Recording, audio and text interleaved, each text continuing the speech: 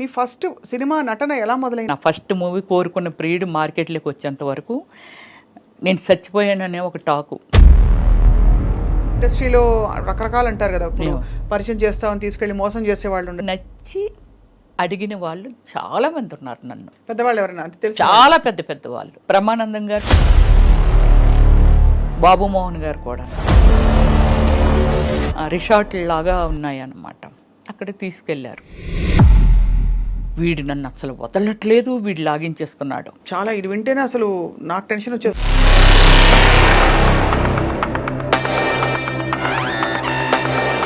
మొహమాటం లేకుండా, ఇబ్బంది పడకుండా ఆ బట్టలు వేసుకున్నప్పుడు, క్యారెక్టర్స్ చేసినప్పుడు ఎప్పుడు అనిపించలేదా?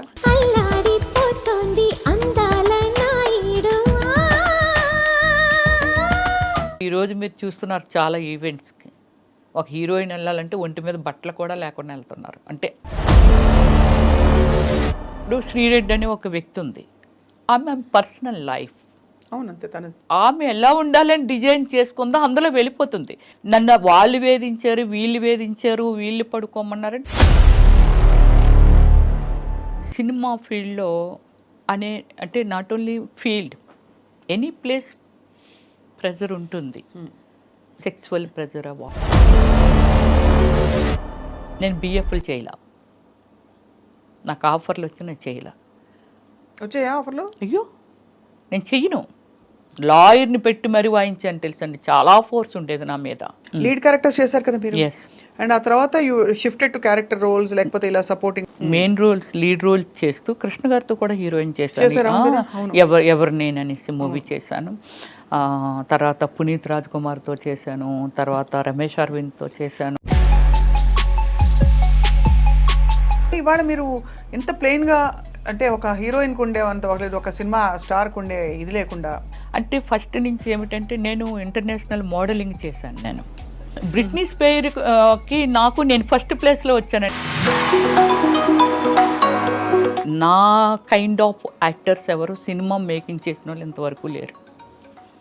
కథ, స్క్రీన్ ప్లే, డైరెక్షన్, ప్రొడ్యూసింగ్ అన్నీ నేనే చేసుకొని సినిమాని కూడా రిలేట్ చేయగలిగాను అని అంటే so world wise very famous అయిపోయాను. ఓమల్లి తర్వాత. ఎంత హైయెస్ట్ రెమ్యూనరేషన్ ఎప్పుడు అందుకున్నారు? ఆర్యభట్టకండి, దానికి అందుకున్నాను. దానికి వచ్చి 15 lakh ఇచ్చారు నాకు. ఐటమ్ సాంగ్ చేస్తే 10 lakh. మీరు చాలా మంది కమెడియన్స్ పక్కన వేశారు. All comedians. బట్ ఎక్కడో ఒక చోట చదివాను, మీకు చిన్నప్పుడే పెళ్ళయ్యి తర్వాత మీరు విడిపోయారు. ఇప్పుడు అతని వల్ల తప్పలేదు, నేను ఎందుకు సఫర్ చేయాలి? నాకు నాకు భయము, ఎంత భయం అంటే లవ్ అంటారు, డేట్ అంటారు, వెనకాల పడతారు. కానీ మీ మేనమావ గారా? అయ్యన్న పాత్రుడు మేనమావ గారు. నా ఓన్ బ్రదరే ఉన్నారు టీడీపీలో. మరి మీరు వైసీపీలోకి రావడం ఏంటి?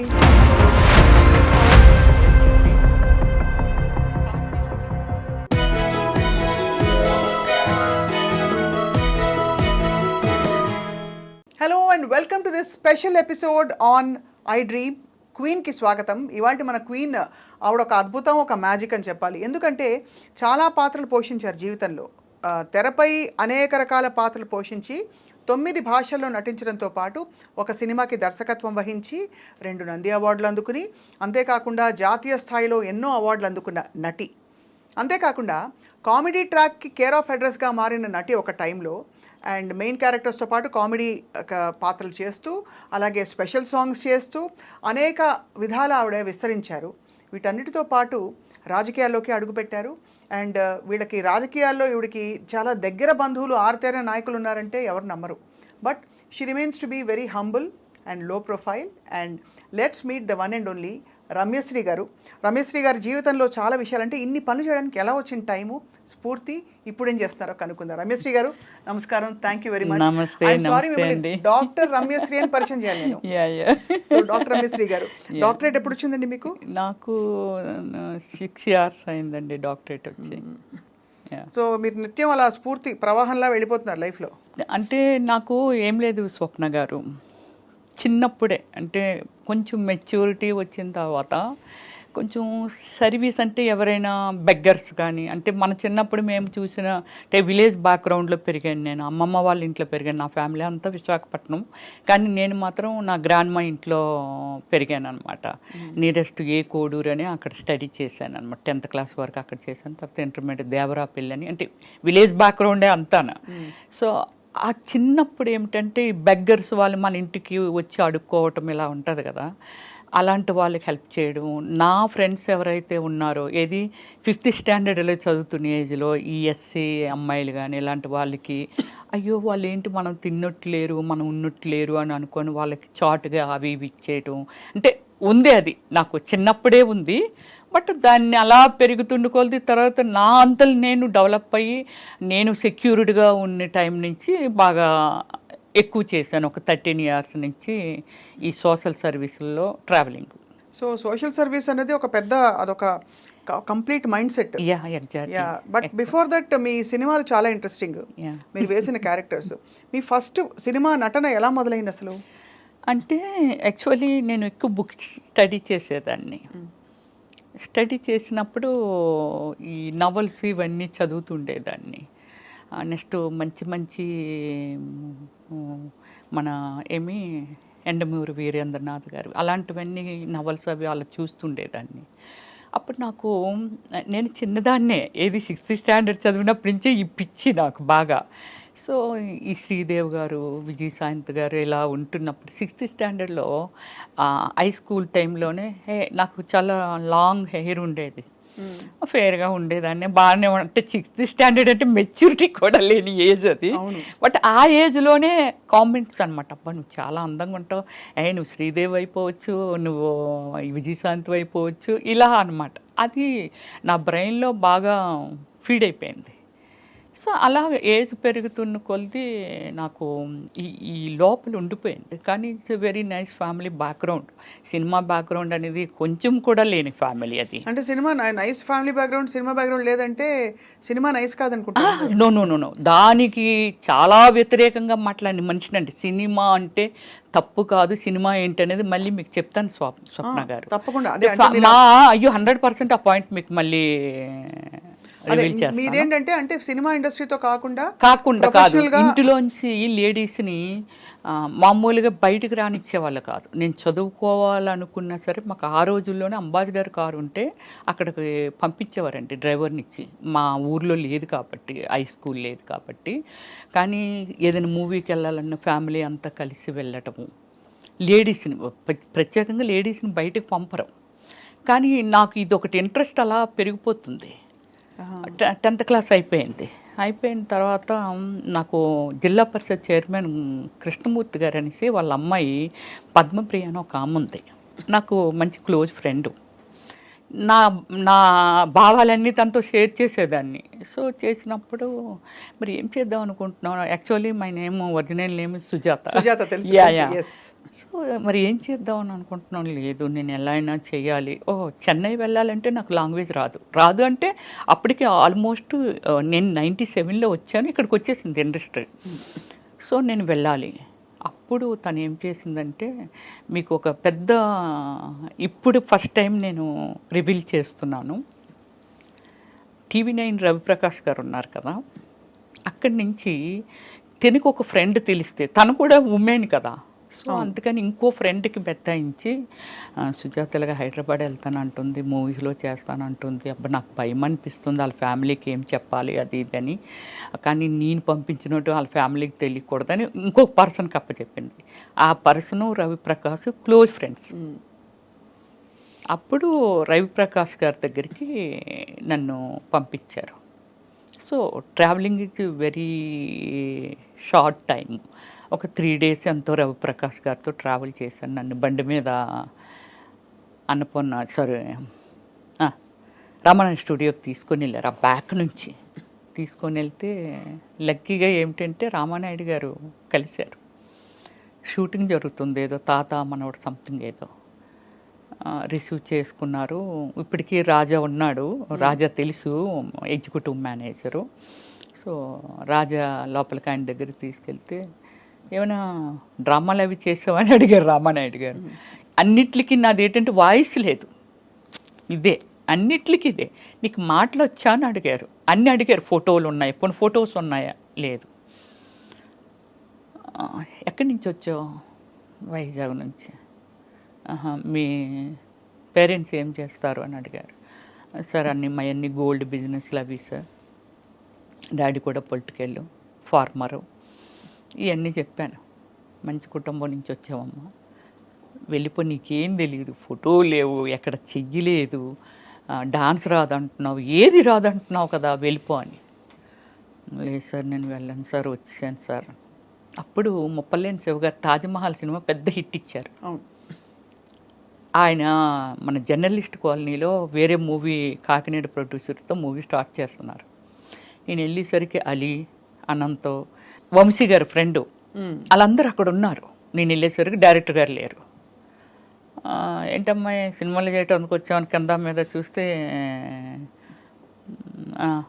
వచ్చానన్న. నేను డైరెక్టర్ రమ్మన్నారా అన్నారు. రామానాయుడు గారు పంపించారు సార్ అని. నన్ను కొంచెం ఏమొచ్చు నీకు, ఏం చేస్తావు నువ్వు, ఎర్రబస్సు ఎక్కి వచ్చేసావా, ఇలా మాట్లాడేవాళ్ళు. బట్ నాకు అప్పుడు దాన్ని కొంచెం సీరియస్గా తీసుకొని ఫీల్ అయిపోయి అంత ఏం లేదు. నేను ఇంకా ఫస్ట్ టైం ఎంట్రీ కదా, అలాగే ఉంటుందేమో అనుకున్నాను. డైరెక్టర్ గారు వచ్చారు.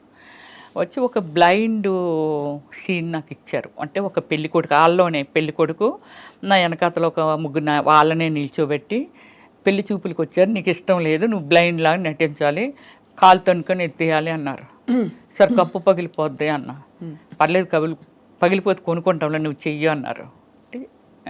అంటే అప్పటికి మీరు ట్యూనింగ్లో ఉన్నారు, యాక్టింగ్ అంటే ఇలా ఉంటుంది అని? లేదు, అసలు నాకు తెలీదు, చేసేసాను అంతే. చేసేసాను. అంటే కప్పు పగిలిపోయినా పర్వాలేదు అన్నారుగా, చేశాను. బట్ వెంటనే ఆయన కోరుకున్న ప్రీడ్ మూవీ స్టార్ట్ చేశారు. With in 15 daysలోనేదో. యు బిలీవ్ స్వప్న గారు, త్రోట్ క్యారెక్టర్, సాంగ్స్లోను అన్నిటిలోనూ మంచి క్యారెక్టర్ ఇచ్చారు. గ్రేట్. 13 days. అప్పుడు నాకు 24,000. ఎప్పుడు? 1997లో.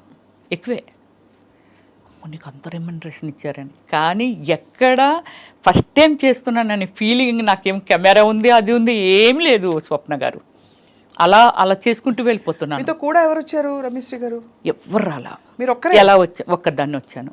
మాది గోల్డ్ షాప్స్ కదా, మా షాప్లో అప్పారావు అని శ్రీకాకుళం అబ్బాయి వర్క్ చేసేవాడు. వాళ్ళ సిస్టర్ ఇక్కడ ఉంది, ఏది మన చందానగర్లో. అక్కడికి వచ్చిన తర్వాత చూడండి, రవి తీసుకెళ్ళారు కదా, తీసుకెళ్ళి కొన్ని రోజులు మాట్లాడి అన్నీ చేసిన తర్వాత, అక్కడ మాట్లాడిన తర్వాత అబ్బాయి మా ఇంటికి, అంటే వీళ్ళు హైదరాబాద్ నుంచి శ్రీకాకుళం వచ్చి మా గోల్డ్ షాప్ గోల్డ్ కొనుక్కున్నందుకు వచ్చి మా ఇంటికి వచ్చారు. వాళ్ళ ట్రైన్ లేట్ నైట్. సరే భోంచేసి వెళ్ళిపోతారు, రమ్మనమ్మ అని చెప్పి భోజనానికి పిలిచారు. అప్పుడు వాళ్ళ దగ్గర నేను నెంబర్ కొట్టేశాను. ఏంటి? ల్యాండ్లైన్. సెల్లెలు లేవుగా అప్పుడు. అవును, అంతే కదా.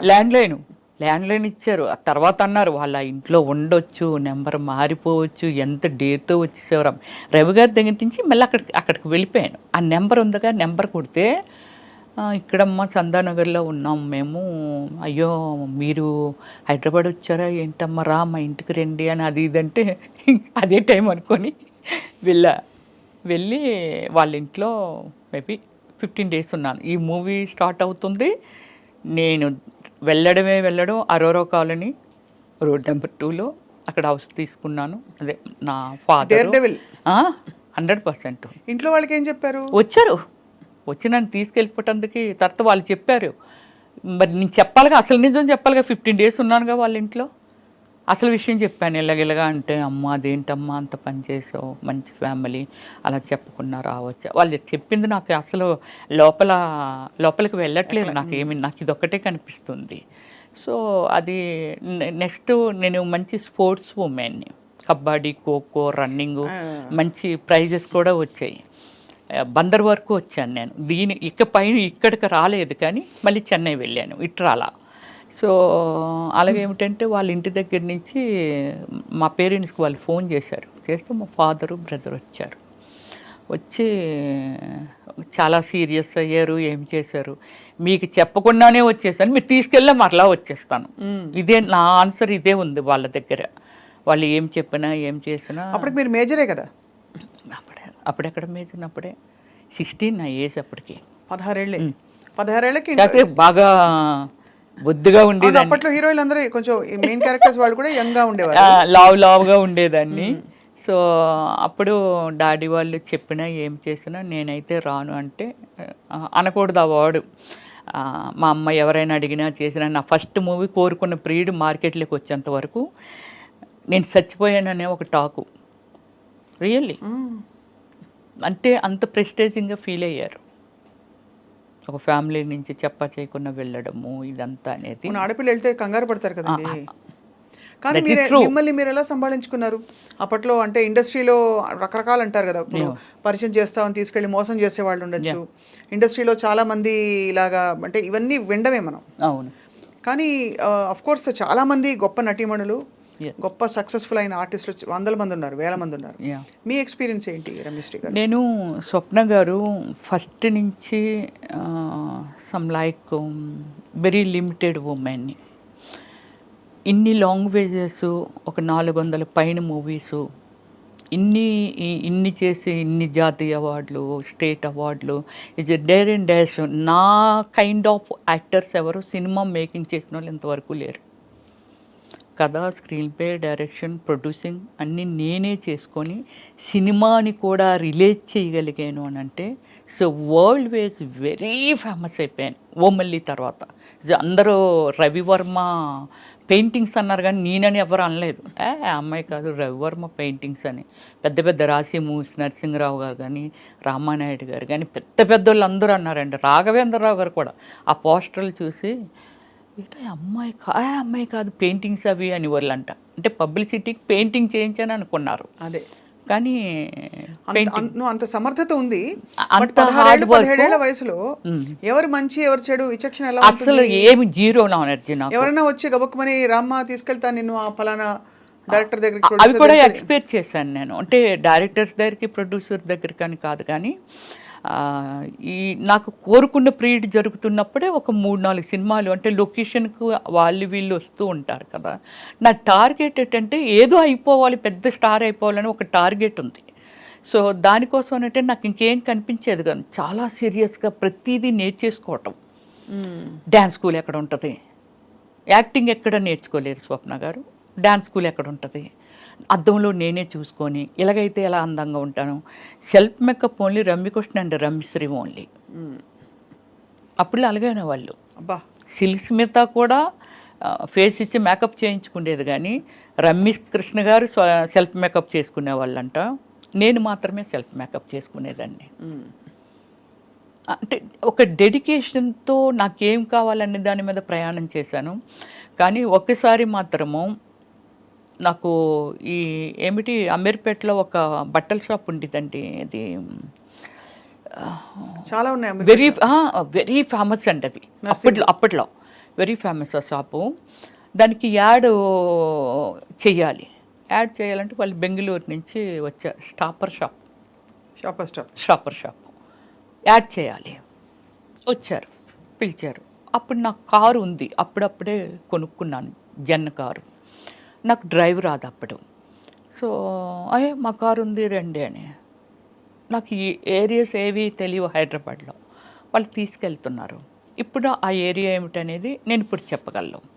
చందానగర్కి మన అమీర్పేటకి మధ్యలో ఉంటుందండి. అది ఏమిటో అక్కడ రిసార్ట్ లాగా ఉన్నాయన్నమాట. అక్కడ తీసుకెళ్ళారు. వాళ్ళు ఒక 10 మెంబర్స్ వచ్చారు, నేను ఒక్కదాన్నే. వెళ్ళి ఇవన్నీ మాట్లాడుతున్నారు. వాళ్ళు డ్రింక్ ప్రిపేర్ చేశారు. నాకు అలవాట్లేదు. వాళ్ళు బీర్లు, అయ్యో మాకు అలవాట్లేదంటే మేము బీర్లు మాత్రమే తీసుకుంటాం, హార్డ్ డ్రింక్ అది తీసుకోము. బీర్లు అలా టైం అయింది. ఎంత అయింది? 9:30 అయింది. నన్ను డ్రాప్ చేసేయండి వెళ్ళిపోతాను అని అన్నా.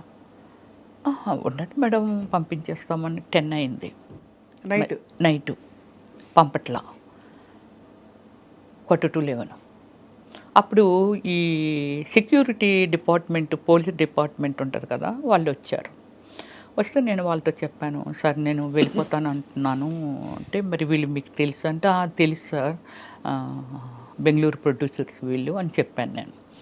సరే మరి వాళ్ళందరూ ఉన్నారు కదా, అయితే ఇంకా టైం అయిపోయింది వెళ్ళిపోండి అని అన్నారు. అంటే ఇంకొక 10 minutes కూర్చొని, ఎందుకంటే వాళ్ళు అక్కడే తిరుగుతున్నారు పోలీసులు, తీసుకెళ్తున్నారు.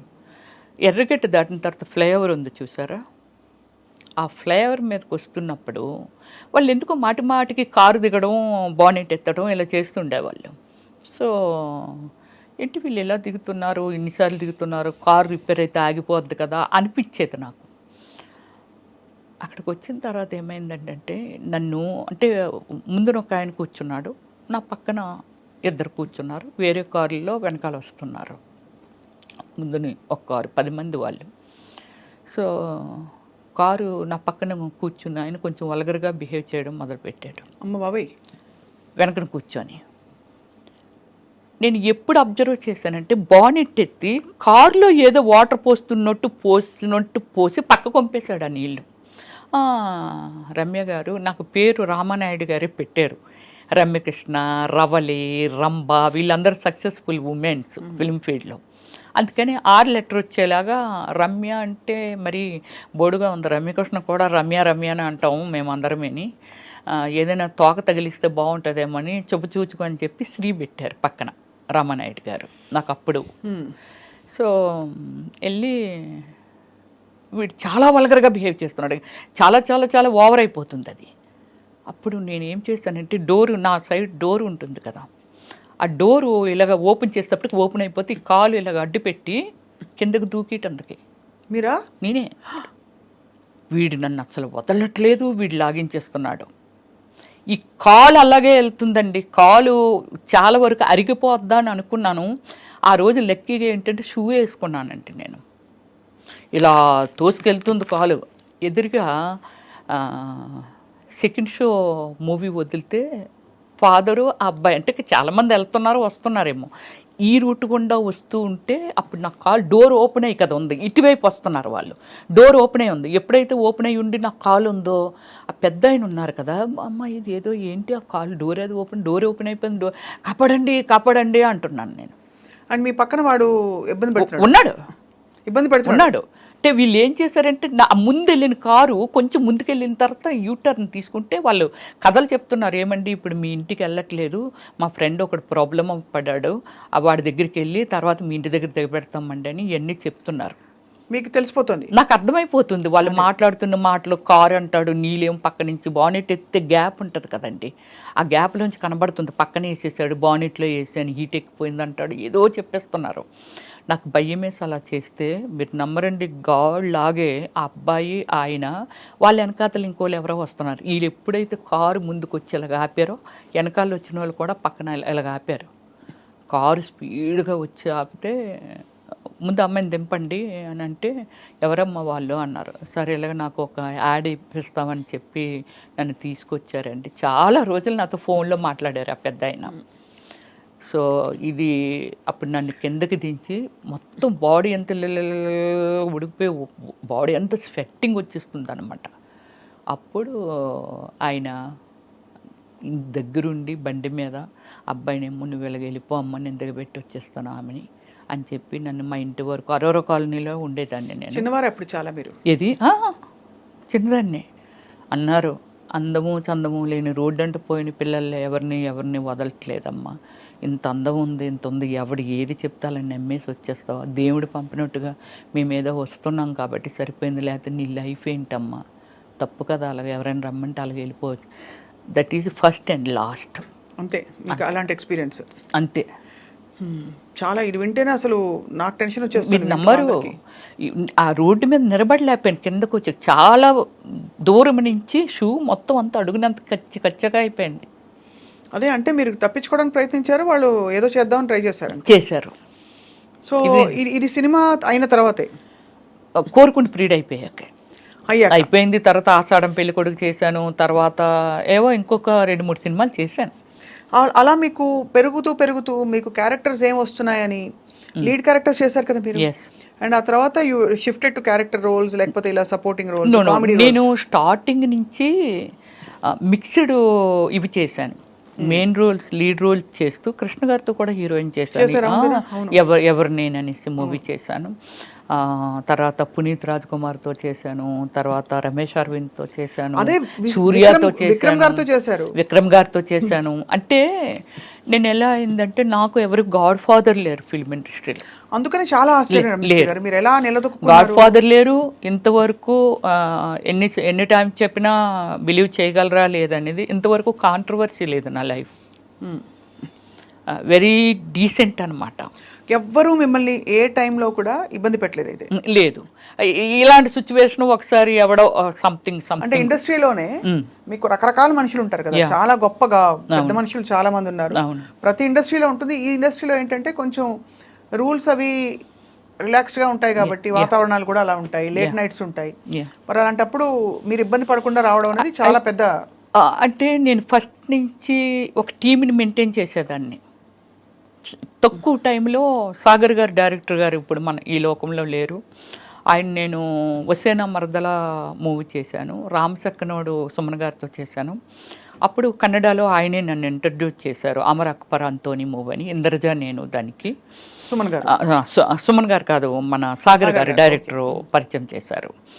సో ఆ సినిమా తర్వాత అనుకోకుండా చాలా కన్నడలో నేను చేసిన మూవీస్ అన్ని 100 days. కానీ ఇవాళ మీరు ఎంత ప్లెయిన్ గా, అంటే ఒక హీరోయిన్ కు ఉండే అంత లేదు, ఒక సినిమా స్టార్ కు ఉండే ఇది లేకుండా హంగులు ఇంకేం చెప్పాలి, చాలా డౌన్ టు ఎర్త్ గా ఉన్నారు. సో ఏం లేదు స్వప్న గారు, అంటే కొంచెం పీస్ఫుల్గా ఎండ్ ఆఫ్ ద డే నన్ను నేను చూసుకుంటే నేను ఉండాలి అనే ఒక డ్రీమ్ ఉన్న గర్ల్ని నేను. చాలా పీస్ఫుల్గా ఉండాలి, డీసెంట్గా ఉండాలి. ఇప్పుడు ఒకటి మాట్లాడుతాను, నేను పొలిటికల్ లేక వచ్చాను అనుకుందాం. పొలిటికల్ లేక ఎందుకు వచ్చాను అంటే నాకు ఒక డ్రీము.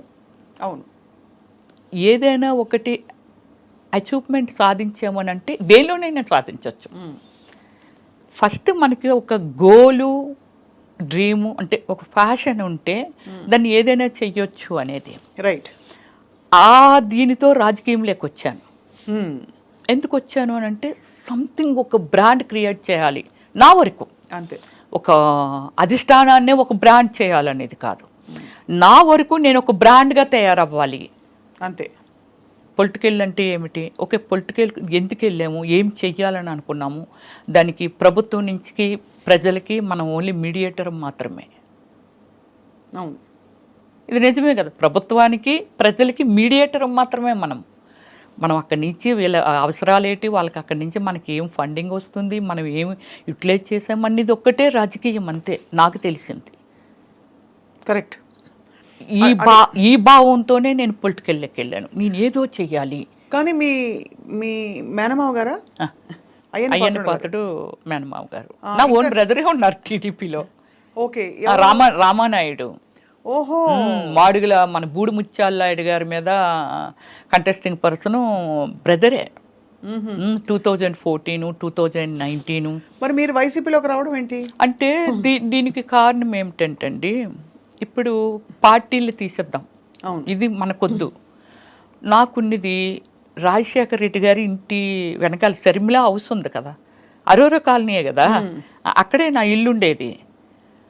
నేను వాకింగ్ అంతకు వెళ్తేప్పుడు అప్పుడప్పుడు ఇలా లుంగి, ఆయన అప్పుడు రాజశేఖర రెడ్డి గారికి పదవులు ఏమి లేవు, ఇలాగా లుంగి పంచి కొట్టుకొని ఒకసారి నన్ను పలకరించారు ఆయన. ఏంటమ్మా ఇంత చెల్లో ఇంత అర్లీ మార్నింగ్ వెళ్ళిపోతున్నాం అంటే, సార్ వాకింగ్ సార్ అంటే, మంచి ఫెమిలియర్ ఫేస్ లాగా ఉంది. దానికి ముందు ఏం చేశారంటే మోహన్ బాబు గారు ప్రెసిడెంట్ మా అసోసియేషన్కి ఏదో మాట్లాడడం కోసమని కొందరు మెయిన్ ఆర్టిస్టులు అందరమే సార్ వాళ్ళ ఇంటికి వెళ్ళాము. ఆయన ఇచ్చిన మనుషులకి ఇచ్చిన రెస్పెక్ట్ అండి అసలు ఒకసారి వెళ్తే ఎవరు మర్చిపోలేరు. అది రాజశేఖర రెడ్డి గారు దగ్గర ఉన్నది, అది నేను చూశాను. తర్వాత ఈ ఆరోగ్యశ్రీ, వీళ్ళు సోషల్ సర్వీస్ పిచ్చి ఉందిగా నాకు. అపోలో హాస్పిటల్కి మనం వెళ్ళామనుకోండి, ఇప్పుడు మన తెలంగాణ వాళ్ళు కచ్చలు వేసి ఇక్కడ చెవులు ఇవన్నీ పెట్టుకొని అక్కడ హాస్పిటల్లో కనబడితే, ఇది స్టార్ హాస్పిటల్, ఇందులో కూడా వీళ్ళు ఎలా ట్రీట్మెంట్ తీసుకోగలుగుతున్నారో, వీళ్ళు చాలా పేదవాళ్ళు కదా అని ఒక ఫీలింగ్. వాళ్ళ దగ్గర డైరెక్ట్ వెళ్ళి అడిగేయటమే. అవ్వా నువ్వు ఇలాగ వచ్చావు కదా, లేకపోతే ఇది ఇలాగా అంటే ఏ కైండ్ ఆఫ్ ఏజ్ ఉంటే వాళ్ళని అలాగా వరుసలు కలిపి మాట్లాడేదాన్ని నేను. మాట్లాడితే మా ముసలోడు ఉన్నాడు, అమ్మ తండ్రి రాజశేఖర రెడ్డి గారు ఆరోగ్యశ్రీ ఇచ్చారు కదమ్మా, దానికని ఇక్కడ ఆపరేషన్ చేయించడానికి వచ్చాను. అలాగే నేను రికమెండేషన్లే గ్యాస్ట్రాలజీల దగ్గరికి వాళ్ళ దగ్గరికి, ఆ గ్యాస్ట్రాలజీగా నాకు తెలుసు, ఆశా సుబ్బలక్ష్మి గారు తెలుసు, నేను మాట్లాడతాను రామ్మని అలా తీసుకెళ్లేదాన్ని. అలాగే 108 మేము షూటింగ్కి వెళ్ళేవాళ్ళం కదా, రాజమండ్రిలో షూటింగ్ జరుగుతుంటే కుయ్యి కుయ్యి కుయ్యి కుయ్యమనుకని వెళ్ళిపోతుంది. నేను డైరెక్ట్ చూడటం అంతవరకు నేనేమీ వినలేదు.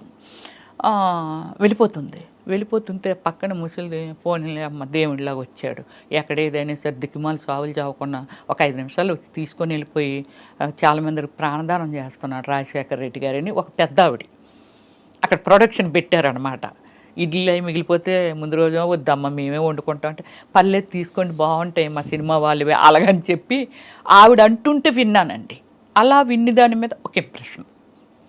దాని తర్వాత జగన్మోహన్ రెడ్డి అన్న ఈ పాదయాత్రలని అవని ఇవని నాకు సర్వీస్ చేయటానికి ఒక సోర్స్ దొరుకుతుంది ఇక్కడ. అయితే అంటే హార్డ్ వర్కరు, నేను హార్డ్ వర్కర్ని కాబట్టి డెఫినెట్లీ నాకు ఒక బేస్మెంట్ దొరుకుతుందని అనుకొని నేను వైఎస్ఆర్సీపీలోకి వెళ్ళడం. ఎప్పుడు ఇంట్లో మరి వారించలేదా వద్దని, ఎందుకు నేను అలాగా ఒకటి స్వప్న గారు, నేను డిసిషన్ మేకర్ని. అదే చిన్నప్పుడే అందరినీ కాదని నేనేమంటానంటే 10 మంది ఒపీనియన్స్ తీసుకుంటే రకరకాలు ఉంటాయి. మనకి ఏమి నచ్చింది అది గుడ్ ఆర్ బ్యాడ్ తీసుకుని కట్టుబడి ఉండాలి అంతే. నేను దాన్నే ఫాలో అవుతాను. అప్పటి నుంచి ఇప్పటి వరకు నేను అదే ఫాలో అవుతాను, అది నష్టమైన కష్టమైన. ఇప్పుడు నాకు ఒక 5 కోట్లు పోయింది అనుకుందాం, నేను ఎవరితో షేర్ చేయను. చాలా స్ట్రాంగ్ సోల్ మీరు. డెఫినెట్లీ. ఎందుకంటే మీరు చిన్నప్పుడు మొదలు పెట్టారు, అది కోరుకున్న పీరియడ్ నుంచి మొదలుపెట్టి ఎన్ని సినిమాలు ఉంటాయి రమేష్ గారు? 400 అబౌవ్ ఇన్ 9 లాంగ్వేజెస్. మిగతా భాషల్లోకి ఎలా మీరు అలా వెళ్ళిపోయారు? అది నాకు ఏమిటంటే ఫస్ట్ ఇప్పుడు సోషల్ మీడియా వచ్చింది, నాకు ఫస్ట్ నుంచి ఏమిటంటే ఫేస్బుక్ మెయింటైన్ చేయడం ఓన్గానే. ఫేస్బుక్ వరల్డ్ వెళ్ళిపోయేది, నాకు లేని కంట్రీలో ఫ్యాన్స్ లేరు. బ్రెజిల్, పాకిస్తాన్, యుఎస్ఏ, యూకే, ఇంకా వేరే బ్రెజిల్లో అయితే 80 మంది ఉన్నారండి నా ఫ్యాన్స్. అంటే ఫస్ట్ నుంచి ఏమిటంటే నేను ఇంటర్నేషనల్ మోడలింగ్ చేశాను. నేను అది కూడా చేశారు. బ్రిట్నీ స్పియర్కి నేను ఫస్ట్ ప్లేస్లో వచ్చానండి. Eyes and nose and lips నాకు. ఎక్కడ దేనికి అది ఏ పోటీ? గ్లామర్ ఉంటుంది కదా, body language, eyes and lips and skin measures ఇవన్నీ ఉంటుంది కదా, వాళ్ళకి అవన్నీ కావాలి. దానిలో నేను ఫస్ట్ ప్లేస్లో వచ్చాను. నేను ఏ సంవత్సరం అండి? 2004 అండి. సో ఊరికే పాటలు రాశారు మీరు? ఇంకోటి వినాలి, ఫోక్ బుక్లో వచ్చాను, కవర్ పేజ్లో. ఓహో, ఇంకా ఉంది, నా ఫోన్లో ఉందండి. అంటే ఎంత అచీవ్మెంట్ ఉంది, కానీ నేను ఏమిటంటే దాన్ని పబ్లిక్ అని కాదు. నేను అప్పుడులో మనకి ఏముండేది, పేపర్స్, ప్రెస్, అంతే కదా. ఎంతోమంది అన్నీ కవర్ పేజీలే, బ్యాక్ కవర్ పేజీ ఇటు పక్క, ఒకవేళ బ్యాక్ కవర్ పేజ్ చిరంజీవి గారు ఉన్నారు అనుకో, ఫ్రంట్ కవర్ పేజీ రమేశ్వరి. బ్లాఫ్లో నేను ఉన్నాను అనుకో, పవన్ కళ్యాణ్ ఫ్రంట్ పేజీ. ఇలాగ అన్ని మెయిన్ ఇవే. ఇవి ఉన్నాయా మీ దగ్గర? ఇంకా కాపీ ఉన్నాయా? తప్పకుండా. మీరు ఒక్కసారి చేస్తామంటే స్క్రీన్ మీద అలా వెళ్ళొచ్చండి. అన్ని కవర్ పేజీలు అండి, లోపల ఎక్కడ ఏముండవు. కానీ అంత క్రేజ్ ఉన్న మీరు సడన్ గా మళ్ళీ సామాన్యమైన, ఇప్పుడు ఎందుకంటే ఆ తరంలో క్రేజ్ ఉన్న హీరోయిన్లు అందరూ కూడా వాళ్ళు ఒక ఇది మెయింటైన్ చేస్తున్నారు, కానీ మీరు మాత్రం మళ్ళీ మామూలుగా మీ సామాన్యమైన స్థితికి వచ్చేసారు. ఏంటి సామాన్య స్థితి? ఆర్థికంగా చెప్పట్లేదండి, మీ గ్లామరు, స్టార్డమ్ మెయింటైన్ చేయడాలు, సర్కిల్స్ అవి లేకుండా. అంటే కారణం ఏమీ లేదండి.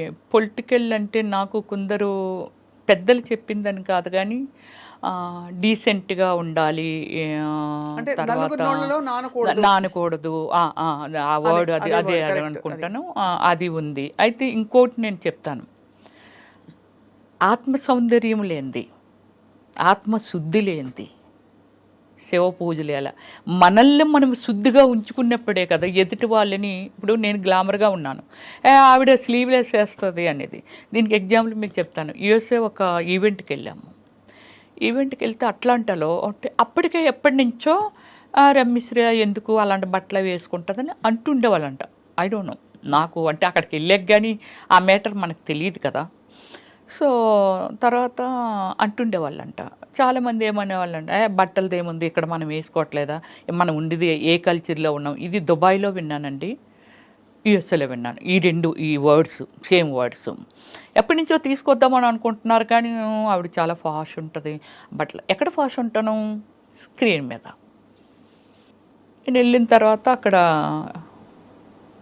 ఎలాగ మా వాళ్ళు ఒప్పేనేనండి, అదండి ఇదండి, అబ్బాయి ఏమి డీసెంట్ ఉన్నారు రమ్య గారు మీరు అని అంటే, ఒక ఆయనండి, అందరూ ఉన్నాం డిన్నర్ చేస్తున్నాం, ఆయన అన్నారు, చీర కట్టిన ప్రతి ఆడది పతివ్రత కాదు,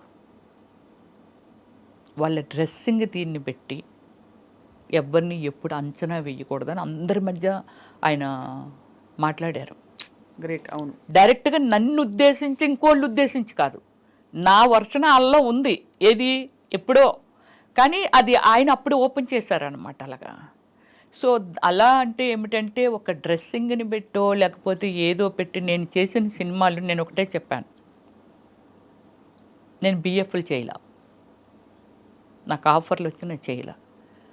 వచ్చాయా ఆఫర్లు? అయ్యో నేను చెయ్యను, లాయర్ని పెట్టి మరీ వాయించాను తెలుసండి, చాలా ఫోర్స్ ఉండేది నా మీద. ఎవరు ఫోర్స్ చేసేవారు? షూట్ చేసేవాళ్ళు ఎవరైతే దానికి స్పాన్సర్స్ ఉంటారో, ఇదంతా ఉంటుంది కదండి. అంటే చాలా లాంగ్వేజెస్లో చేశాను కదా, బాగా స్ప్రెడ్ అయ్యి వరల్డ్ వైజ్ స్ప్రెడ్ అయ్యాను నేను. సో ఇలా నేను అవాయిడ్ చేస్తే, నేను ఒకటే చెప్తాను, సినిమా ఎనీ ప్రొఫెషన్ దాన్ని మనం ఒక డాక్టర్ అవనియండి, లేకపోతే యాక్టర్ అవనియండి, ఇంజనీర్ అవనియండి, ఒక సివిల్ ఇంజనీర్ బిల్డింగ్ కట్టాలని అంటే అయ్యో ఎంతోమంది ట్రావెలింగ్ ఎన్నో ఇయర్స్ ఉండాలనేది తన మొత్తం అంతా, తన టాలెంట్ అంతా పెట్టి చాలా నిజాయితీగా చెయ్యగలిగితేనే, లేకపోతే ఎందరో ప్రాణాలు పోతాయి. ఇలాగేమిటంటే నా ప్రొఫెషన్లో నేను వచ్చానండి. ఒక డైరెక్టర్ డ్రీమ్లో దిస్ ఈజ్ ఒక concept is one family.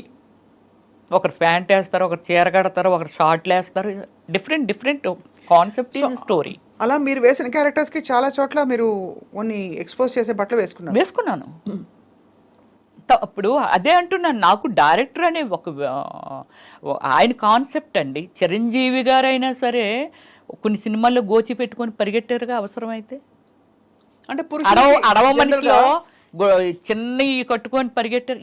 Anyone దాన్ని నమ్ముకొని, కళామ తల్లిని నమ్ముకొని వచ్చాము కాబట్టి, బట్ వాళ్ళకి ఏం కావాలని ఇన్పుట్ మనం ఇవ్వాలా వద్దా అంటే ఖచ్చితంగా. బట్ మీరు ఎక్కడ ఫీల్ అయ్యారు అంటే, ఫీల్ కాకుండా, మొహమాటం లేకుండా, ఇబ్బంది పడకుండా ఆ బట్టలు వేసుకున్నప్పుడు, క్యారెక్టర్స్ చేసినప్పుడు ఎప్పుడు అనిపించలేదా? నాకు అనిపించలేదండి, అస్సలు అనిపించలేదు. దేన్నైతే నమ్ముకొని వచ్చాను. ఈరోజు పుయిద రమేశ్రీ అంటే, మా అమ్మ నాన్న కడుపుని పుట్టి నేను అక్కడే ఎవరినో పెళ్లి చేసుకొని ఎక్కడో ఉండుంటే అంతే కదా. ఎవరికి తెలుస్తుంది రమ్యశ్రీ ఎవరు అనేది, ఎవరికి తెలుస్తుంది?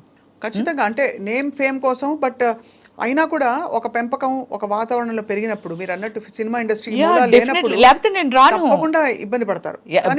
ఇబ్బంది అయినా సరే ఇష్టంగా చేశాను. ఎంతో మంది డైరెక్టర్స్ అన్నారండి, అసలు యాక్టింగ్లో కూడా కోఆపరేషన్ చెయ్యరు.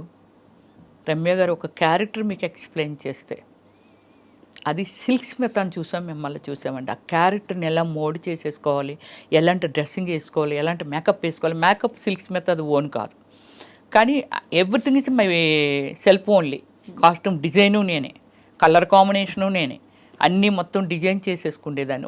ఈరోజు సీన్ ఏమిటి, ఎవరెవరు ఆర్టిస్టులు, బ్యాక్గ్రౌండ్ ఏముంటుంది, ఆ బ్యాక్గ్రౌండ్లో నేను ఈ కలర్ చీర కడితే నాకు ఆ కలర్ చీర పంపించేయండి. అలాగే కాస్ట్యూమ్ డిజైన్లు కూడా నేను సినిమాకి కాస్ట్యూమ్ అంతా నా పర్సనల్, అంటే నేనే డిజైన్ చేసుకున్నాను నేను. అలాగే ఆల్ మూవీస్కి నా పర్సనల్ డిజైనింగ్ అండి. సో ఎక్కువ ఇలాంటి కాస్ట్యూమ్స్ వేసిన క్యారెక్టర్స్ మీరేంటి డాన్స్ సీక్వెన్సెస్ చేశారు, చాలా ఐటమ్ సాంగ్స్ కూడా చాలా చేశారు. ఏమైనా గుర్తున్నాయా మీకు? మీరు పాపులర్గా హిట్ అయిన సాంగ్స్? పాపులర్గా హిట్ అయినవి అంటే, నేను సూర్యతోని శ్రీ అనే ఒక మూవీ చేశాను తమిళ్లోని. సూర్యాది ఇప్పుడు నా ఏమి సినిమా అంటే సూర్యాది కాదు, విక్రమ్తో కూడా వన్ సాంగ్ చేశాను, యూత్ యూత్ చేశాను, రోజుకో రోజా చేశాను. ఎలా ఉండేవారు తర్వాత వాళ్ళందరూ మీతో? నాతో విక్రమ్ చాలా బాగుండేవాడు. చాలా అంటే లిమిటెడ్ పర్సన్ అనమాట. హాయ్ అంటే హాయ్, ఎర్లీ మార్నింగ్ రాగానే విచ్చేయడం సూర్య. కానీ విక్రమ్ అది కాదు. కామెంట్ చేయడము, జోకులు వేయటము, ఇవన్నీ చాలా ఫ్రెండ్లీగా ఉండే. ఎప్పుడైనా లంచ్కో దేనికో పిలవచ్చు కదరా మీ ఏదో చేపలు అంటే, నేను కుకింగ్ ఫేవర్ని అనమాట. అది వదలలేదు. వదలను. మటన్, గోంగూర కానీ, ఫిష్ పులుసు కానీ వెరీ ఫేమస్. ఎప్పుడో మీరు రావాలి ఇంటికి. నేను వెజిటేరియన్ అండి. అయ్యో సారీ. కానీ కాబట్టి మీరు బంగాళదుంపల వేపుడు చక్కగా వెజిటేరియన్ కూడా చాలా అద్భుతంగా చేస్తాను. పప్పు ఫ్లేవర్ అయితే అసలు ఎంత అద్భుతంగా ఉంటుందంటే, తింటుంటే ఆ స్మెల్ చాలండి. అంటే పప్పు టమాటా కానీ ఎనీ లీవ్స్ యాడ్ చేసి కానీ చాలా బాగా చేస్తాను. గోంగూర పచ్చడి, పచ్చి పచ్చడి, ఇలాంటివన్నీ. కంప్లీట్ గా జీవితాన్ని ఎలా స్ట్రా వేసి పీల్చేయాలో అన్ని మీరు అంతేగా. కానీ చాలా మంది చెప్తారు, స్వప్న గారు మీరు స్క్రీన్ మీద చూసిన రమ్య గారికి ఇన్సైడ్ మీరు అంటే అవుట్ సైడ్ మీ అంటే బయట చూసిన రమ్య గారికి అసలు సంబంధం కూడా ఉండదు. మీరు చాలా homely and exactly. Cinema time వరకే సినిమా వదిలిస్తే నాకు ఏ లైఫ్ తెలియదండి. పబ్ లైఫ్ తెలీదు, ఫ్రెండ్స్ సర్కిల్ లేరు, తాగడం అలాంటివి అలవాటు ఏమీ లేదండి. అంటే ఇవన్నీ టిపికల్ గా. సిల్క్ స్మిత గారిని కలిసారా మీరు? లేదు, అప్పటికే నేను వచ్చేసాను 97లో కదా నేను వచ్చాను. అప్పటికే ఆమె అవుట్ అయిపోయారు. అవును కదా, అవును కరెక్ట్. 97 అంటే కరెక్టే. మరి ఎవరెవరిని కలిసారు మీ కంటెంపరీస్? నేను సౌందర్య గారితో వర్క్ చేశాను, రమ్యకృష్ణ గారితో వర్క్ చేశాను. సౌందర్య గారితో నేను, సౌందర్య గారు అంటే ఇక్కడ తెలుగులో చేశాము. కన్నడలో ఆర్యభట్ అని నేను సెకండ్ హీరోయిన్. నాకు అవార్డు వచ్చింది, తనకు రాలేదు, నాకు వచ్చింది అవార్డు. సో ఆర్యభట్ అని రమేష్ అరవింద్ హీరో అనమాట. తను ఇట్స్ లైక్ శ్రీకాంత్ మనకి ఎలా హీరో అలా సతీ లీలావతిలో చేశారు కదా. యా. సో ఆయన మూవీ అనమాట. చాలా మూవీస్ చేసాము, ఒక 6 or 7 మూవీస్ చేసాము. చాలా ఫ్రెండ్లీగా ఉండేది.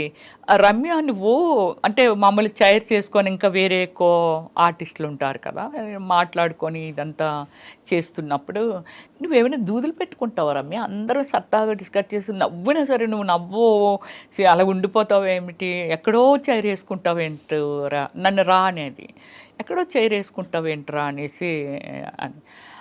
నేనేమి దూదులు పెట్టుకోను, కానీ మ్యాటర్ నాది కాదు కదా, సబ్జెక్ట్ నాది కాదు. అంటే నాతో మాట్లాడో లేకపోతే నా గురించి మాట్లాడితే వింటాను.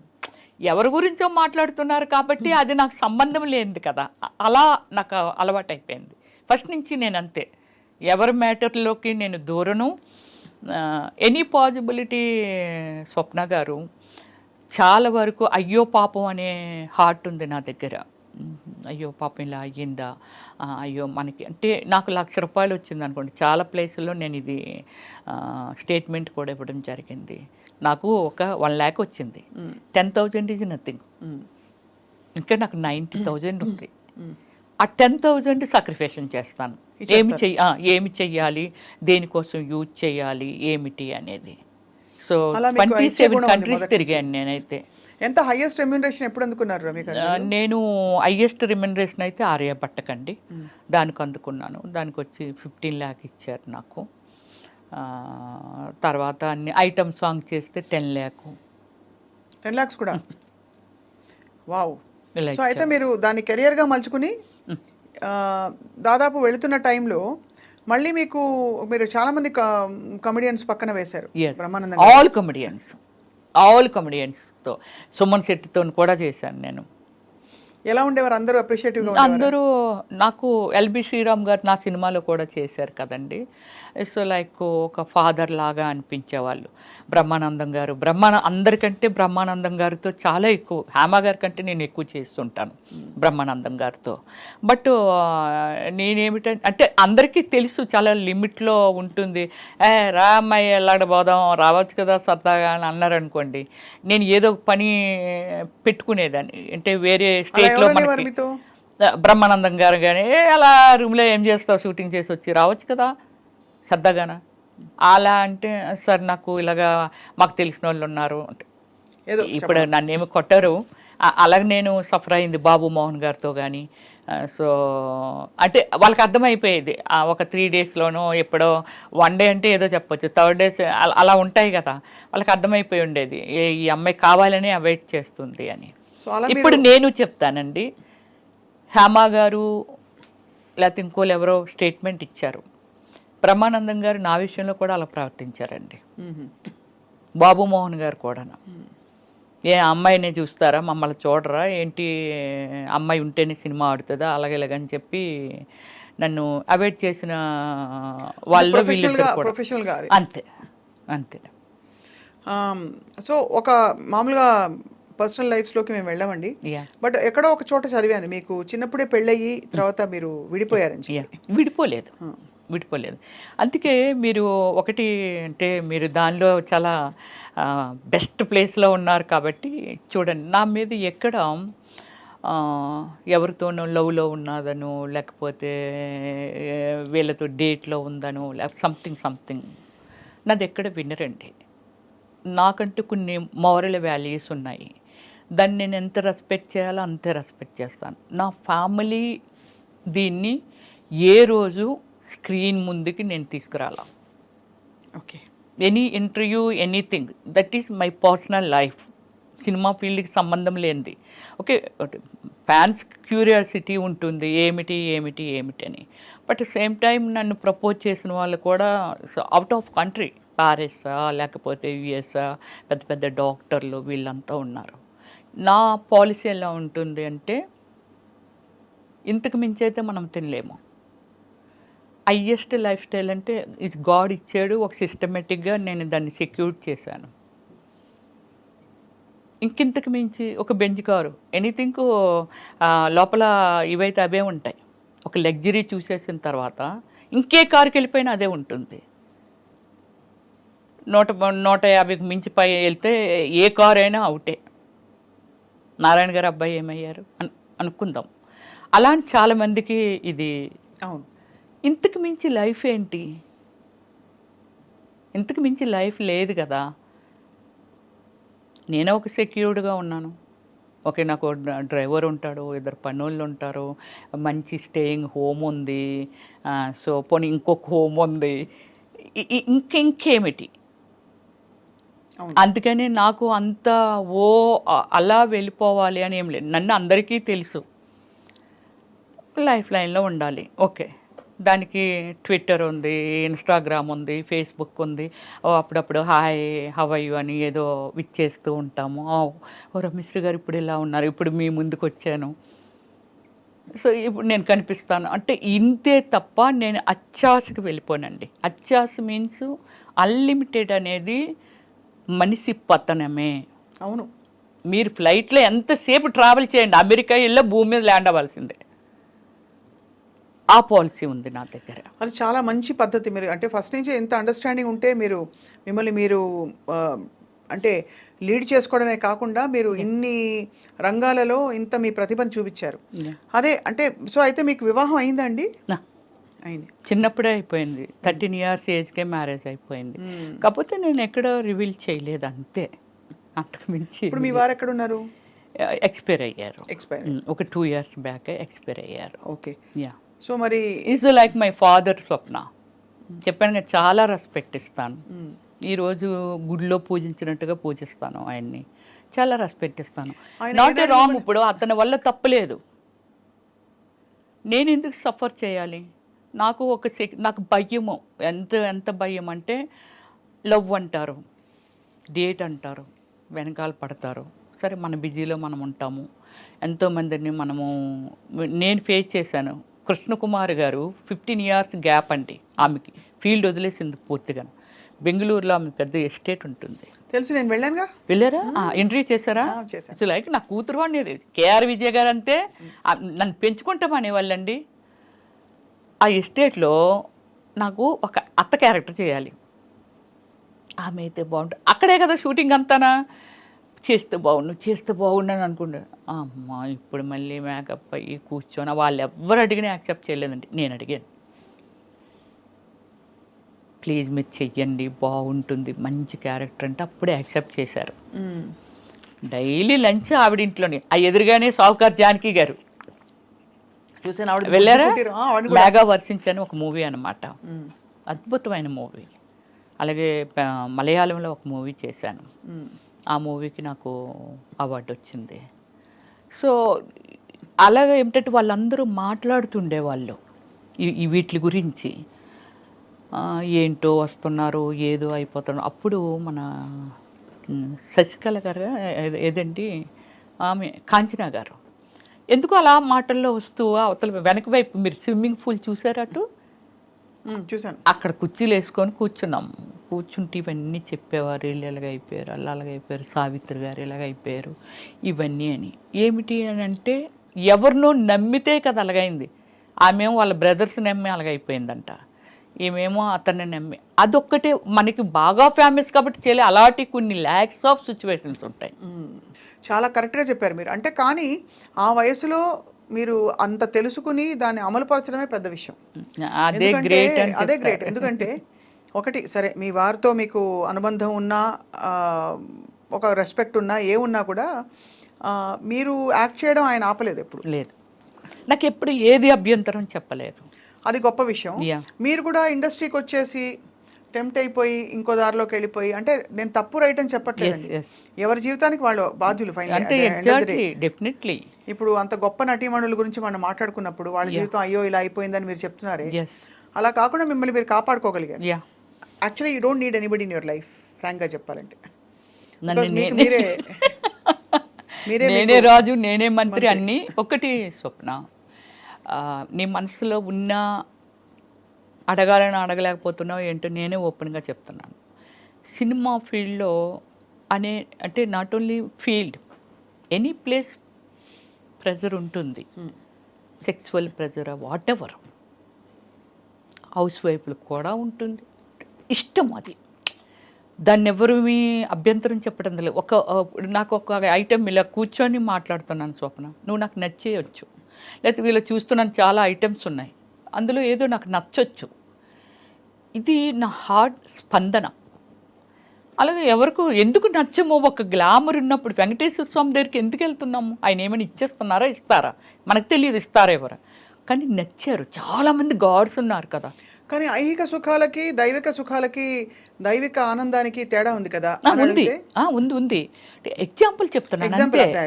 అలాగా మనకి ఏమిటంటే మనం నచ్చిన వాళ్ళు పాపం ఎంతో మంది ఉండొచ్చు, దాన్ని ఎక్స్పెక్ట్ చేయడంలో తప్పులేదు, కానీ బలవంతం పెట్టకూడదు.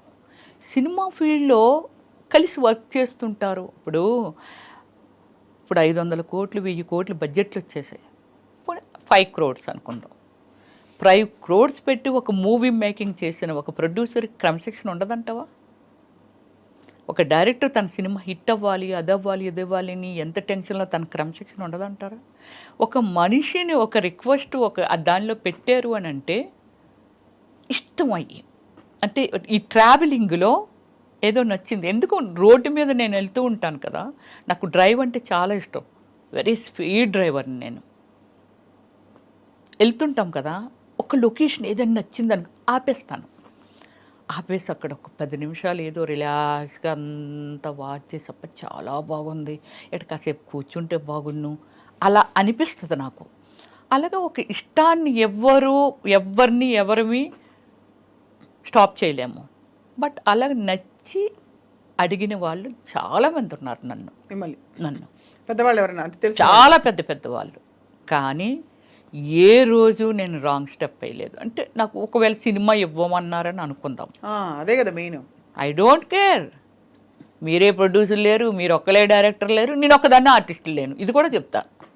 సో ఏం చెప్పుకునేవారు, ఏది రావాల్సి ఉంటే అది వస్తుంది అంతే. ఇప్పుడు మనము మార్కెట్లోకి వెళ్ళాము కదా, ఒక ఐటమ్ మార్కెట్లో పెట్టినప్పుడు ఒక్కలే వెళ్ళి చూసి వెళ్ళిపోరు కదా, ఇంకెంతోమంది వస్తుంటారు, ఎవరో ఒకరికి నచ్చి కొనుక్కుంటారు కదా. అంతే, ఒక కళాకారునిగా నేనున్నాను, ఎంతోమంది సినిమాలు చేస్తున్నారు, చేసినప్పుడు నా అవసరం రమ్యశ్రీ అయితే భలే ఉంటుంది, ఆ సినిమాలు చాలా బాగా చేసింది. నువ్వు నేను సినిమా తర్వాత సునీలు నేను మా అదృష్టం ఏంటో తెలియదు, అంత బిజీ అయిపోయాం. డైలీ ఒక 3-4 షూటింగ్స్, ఒక్కొక్కసారి 10 days కూడా నేను నిద్రపోయేదాన్ని కాదు. నైట్ 2 వరకు డాన్స్, ఏదైనా ఐటమ్ సాంగ్ స్ట్రైన్ అయిపోదాన్ని. ఎక్కడో అడవుల్లో పెట్టేవాళ్ళు, ఎక్కడో పెట్టేవాళ్ళు. మళ్ళీ వేరొకరు location 7 o'clock, morning hour 7 o'clock call sheet. నేను ఎప్పుడు ఇంటికి వెళ్ళాలి, ఎప్పుడు పడుకోవాలి, ఎన్ని చేయాలి. ఇప్పటికే నా దగ్గర ఒక అసిస్టెంట్ ఉండేదండి, లక్ష్మి అనేసి. ఇప్పటికీ మాట్లాడుతుంది పిల్లలతో. పెద్దోళ్ళు అయిపోయారు, ఇంటర్మీడియట్ ఏదో చదువుతున్నారు. 10 years ఉంది అమ్మాయి నా దగ్గర. అమ్మాయి కోవే సరళ, తర్వాత రజిత గారు, వీళ్ళందరూ ఏటా పిల్ల పిచ్చిదాన్ని ఉంది, అలాడదాన్ని పెట్టుకున్న అందంగా ఉండేదాన్ని పెట్టుకో అన్నారు. 10 years ఉందండి. Everything only that girl. అన్ని చూసుకుంటా అన్ని కామ్మాయే. ఎంతమంది సీమరాని ఇచ్చి మంది, సౌందర్య ఇచ్చి మంది, శకిల ఇచ్చి మంది. అమ్మాయిని మేము అమ్మాయి వేస్తుంది, మేము అంతకు 3 ఇంతలు 10 ఇంతలు ఇస్తాం వచ్చి అని అనేవారు. అంటే నాకు నిద్ర లేకపోయినా సరే అమ్మాయి మొత్తం అంతా మేనేజ్ చేసి 1 గంట పడుకుంటారు, మొత్తం అంతా బాత్రూంలో హీటర్ ఆన్ చేసేయడం, అది చేసేయడం, ఇది చేసేయడం, మేకప్ సామాన్ పెట్టేయడం.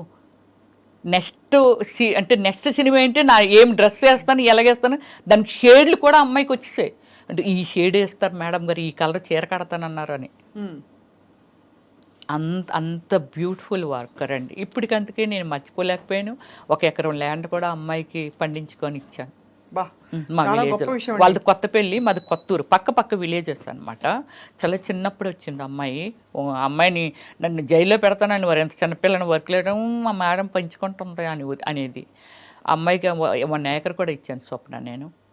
చాలా చాలా పెద్ద విషయం. అంటే మీరు ఇంత కనెక్ట్ అయ్యి అందరితో, మీరు ఒక్కొక్కరి గురించి మాట్లాడుతుంటే కూడా మీకు ఎంత కనెక్టెడ్గా వాళ్ళ జర్నీస్ మీతో కొనసాగాయి, మీ కోస్టార్స్ కావచ్చు. కానీ ఈ మొత్తం జీవితంలో మీరు యాక్చువల్లీ ఏం కోరుకున్నారు, అవన్నీ వచ్చేసాయి. What did you want? ఇప్పుడు ఇండస్ట్రీకి వచ్చినప్పుడు ఏమనుకుంటారు, పేరు రావాలి, అవును, నేను యాక్ట్ చేయాలి, 10 మంది నన్ను గుర్తుపట్టి మెచ్చుకోవాలి, ఇదే కదా, నాకు బోల్డ్ డబ్బులు ఉండాలి, ఇంతే కదా ఉంటాయి. ఇంకేమన్నా ఉంటాయా? అంటే నేను అనేది ఫర్ ఎగ్జాంపుల్ అవార్డ్స్ గెలుచుకోవాలి, అలాంటివి ఉంటాయా? అవి వచ్చాయి. మదర్ తెరెసా అవార్డు వచ్చింది for social service, of course. అది కాకుండా మీరు maximum number of languages 9 languages. 9 language. So Telugu, Tamil, Malayalam, Kannada, Oriya, Bhojpuri, Hindi, Punjabi, Bengali. అబ్బా, ఎంత గొప్ప లైఫ్, అది కూడా ఇంత షార్ట్ స్పాన్ లో. ఎగ్జాక్ట్లీ. అదే 7 నుంచి ఇప్పటి వరకే కదా, అంతే. అంటే 26 years లో ఇప్పుడు యాక్ట్ చేస్తున్నారా?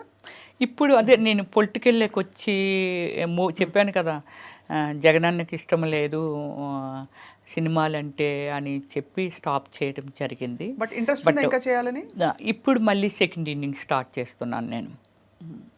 మనకి ఇది నిర్మలమ్మ అమ్మగారు ఎవరైతే ఉన్నారో ఆమె మనకి ఎవరికైనా సరే ఆమెనే ఎగ్జాంపుల్గా తీసుకోవాలి ఎవరైనా. ఎందుకంటే ఆ ఏజ్ వరకు, చనిపోయే మూమెంట్ వరకు ఆమె చేస్తూనే ఉంది. బట్ కళాకారులకి ఇప్పుడు పొలిటికల్ ఆల్సో. సో అయితే కానీ మీరు ఈ క్రమంలో రమేశ్రీ గారు, మీరు వాళ్ళ అందరు యాక్టర్స్ గురించి వినేవాళ్ళు కదా, అంటే వాళ్ళ లైఫ్స్ ఇలాగా, వాళ్ళ లైఫ్ అప్పుడు ఏమనిపించేది? రాంగ్ డెసిషన్స్ తీసుకున్నారు, ఖచ్చితంగా అండి. నేను నా మీలాంటి మీడియా మిత్రులుగా ఉండా కూడా నేను చాలా మందికి, ఎందుకంటే ఇంటర్వ్యూస్ అని ఇండియా గ్రిల్స్ అనేది ఒకటి ఉండేది, ఇప్పుడు ఉందో లేదో నాకు ఐడియా లేదు. ఇండియా గ్రిల్స్ ఎప్పటి నుంచో మొదలు పెట్టేశాను. నాకు అంటే క్యూ కట్టేవాళ్ళు ఇంటర్వ్యూస్కి. ఆ హీరోయిన్లు కూడా వచ్చేవి కాదు ఇంటర్వ్యూస్, అవిని అన్ని ఇంటర్వ్యూ చేసేసేదాన్ని నేను. మీరు ఏం చెప్తారు కొత్తగా వచ్చిన ఆర్టిస్టులకి అంటే, సో కొత్తగా వచ్చిన ఆర్టిస్టులకి ఎవరికైనా సరే ఇప్పుడు వాళ్ళకి ఏం గోల్ ఉంది, ఇప్పుడు ఎంతమంది లైఫ్ని సీరియల్స్లో చేసి ఏదో 1-2 సీరియల్స్ చేసి తర్వాత వాళ్ళ లైఫ్ ఏమైపోతుంది, వాళ్ళు ఏమైపోతున్నారు ఏమిటి, చాలా ఫాస్ట్ థింకింగ్. వచ్చామా, ఒక కారు కొన్నామా, ఒక అపార్ట్మెంట్, దట్స్ ఇట్, దీని తర్వాత ఏమిటి నెక్స్ట్, వాళ్ళు ఎందులోకో వెళ్ళిపోయి వాళ్ళ కెరియర్ స్మాల్ చేసుకొని, అంటే లాంగ్ టైం ట్రావెలింగ్ ఉండడం వల్ల ఎక్స్టెండ్ అవుతాం, అంతే కదా. అవును, అంతే కదా. సో అది కోల్పోతున్నారు చాలామంది. లవ్ చేయడం తప్పని కదా. ఒకటి నేను ఎప్పుడో అప్పుడే చెప్పుంటాను నేను, రమ్య గారు మీ వెంట ఎంతమంది పడి ఉంటారు, ఎవరు అక్కర్లేదండి. ఆశా సుబ్బలక్ష్మి గారు అని వెరీ ఫేమస్ గ్యాస్ట్రాలజీ. ఒకరోజు నేను అపోలోలో రాఘవ దత్తా గారు అనేసి ఆయన దగ్గరికి నేనే డాక్టర్ అంటారు అందరూ, నేనే ఎదురు చెప్తూ ఉంటాను అన్నీని. ఎవ్రీ 6 monthsకి హెల్త్ చెకప్ చేయించుకుంటాను. చేయించుకొని ఇంకా ఎక్స్ట్రా ఈ హెల్త్ చెకప్లో ఏవి రాలేదనేది నేను గూగుల్లో సెర్చ్ చేసి మళ్ళీ పర్సనల్గా వెళ్ళి చేయించేసుకుంటూ ఉంటాను. అమ్మ నీకు ఇక్కడ ఒక విగ్రహం కట్టాలి అపోలో హాస్పిటల్ ముందుని. ఎంత సెన్సిటివ్ ఏంటి రమ్య, మా వాళ్ళకి అందరికీ, లేకపోతే నీకు ఒక పేపర్ ఇచ్చి ఎక్స్ప్లెయినర్లుగా మార్చాలి నిన్ను అక్కడ ముందు కూర్చోబెట్టి అని చెప్తూ ఉంటారు అక్కడ CEO గారు కానీ ఎవరైనా సరే. వెళ్ళిపోతున్నాను, ఆశా సుబ్బలక్ష్మి గారు వెళ్తున్నారు. రమ్య గారు మీరు ఎంత అందంగా ఉంటారు కదండి, మీ వెనకాతలు ఎవరు పడరా అని అడిగింది. ఇలా రెక్క పట్టుకొని లాగి, నేను చూడలేదు అంటే సీరియస్గా వెళ్ళిపోతూ ఉంటాను అనమాట. సో ఇలా రెక్క పట్టుకొని ఇలా లాగింది. ఏమండి ఇంత బాగుంటారు, అసలు మీ వెనకాతలు ఎవరు పడరా అని అడిగింది. ఏంటండి ఈ వీధిలో ఎవరు పడితే అలా పడిపోతారా డాక్టర్ గారు అని అంటే, లేదండి నాకే అనిపిస్తుంది మిమ్మల్ని చూస్తూ ఉంటే. Very lovely. ఆవిడకి ఒకే డాటర్ అనమాట. సో అప్పటికి ఇంకా కిడ్ అమ్మాయి 6 years old అనమాట. సో అలాగే ఏమిటంటే చాలా ప్రౌడ్గా ఫీల్ అవుతాను అంతే, అంతకు మించి ఏమి వెళ్ళను ఎక్స్ట్రా. చాలా ప్రౌడ్గా ఫీల్ అవుతాను. ఎవరైనా నేను వెళ్ళిపోతుంటే నన్ను ఎవరైనా చూశారు, వాడు చూస్తాడు అనుకుంటాను, చూస్తాడు, అది చూడడంలో గ్రేట్గా ఫీల్ అవుతాను. మళ్ళీ వేరే సెకండ్ థాట్ ఏమీ ఉండదు నాకు. అంతే చూడడంలో గ్రేట్గా ఫీల్ అవుతాను. బాగుంది, చాలా ఆనందం ఉంది. ఇంకొక విశేషం ఏంటంటే మీరు 9 భాషల్లో నటించి ఇంత తిరిగేసి అంతా చేశారు, కానీ మీ ఊరి భాష ఎక్కడ పోలేదు. లేదు, ఉత్తరాంధ్ర భాష ఇది కూడా మీకు చెప్పాలి.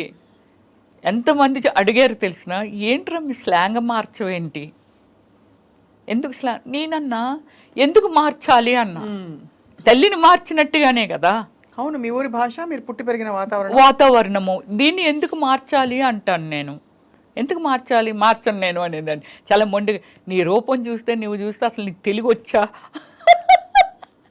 ఎక్కడో నారుతమ్మా ఇవి ఇలా అనుకుంటాము. అంటే చాలా ఉంది, మీకు తెలుగు వచ్చా మేడం అని అడుగుతారు.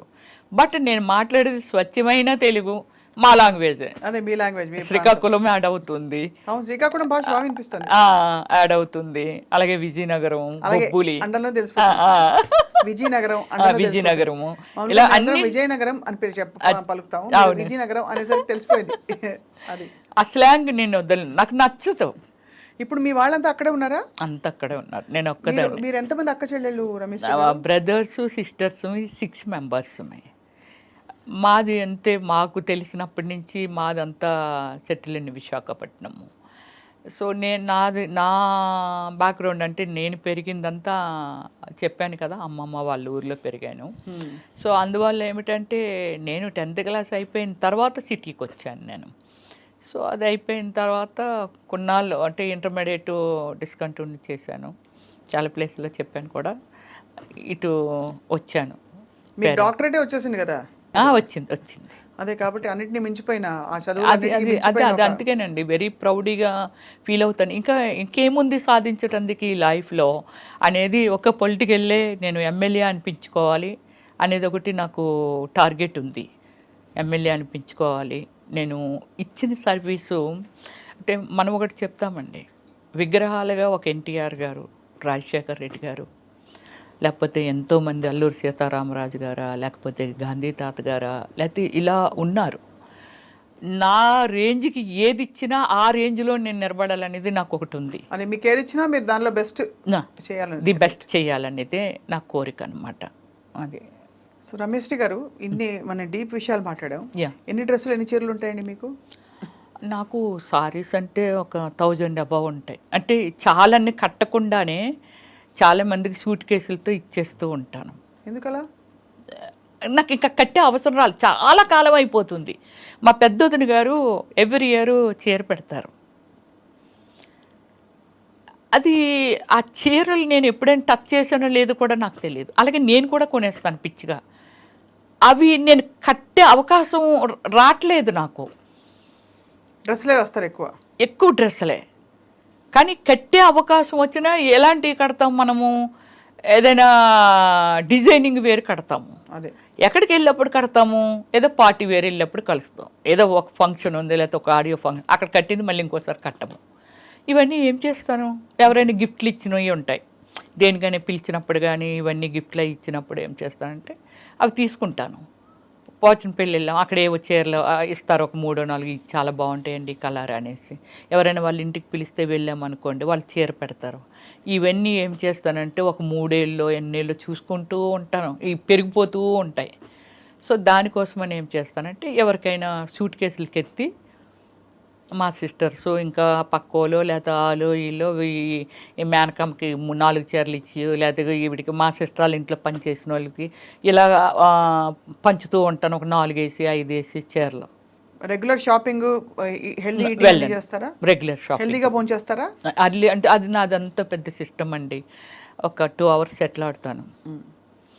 వన్ డే అంటే ఈరోజు సెటిల్ ఆడాను అనుకోండి, రేపు సెటిల్ ఆడను. స్విమ్ చేస్తాను, జిమ్కి వెళ్తాను. జిమ్కి వెళ్ళి మీకు ఒక పెద్ద ఇది చెప్పాలి, జిమ్కి వెళ్తాను కదా, చిరంజీవి గారు, రామచరణ్ గారు, ఉపాసన అందరూ దానికి, విష్ణు అందరూ ఆ జిమ్కి ఉపాసన పెట్టింది మా ఇంటి దగ్గరే.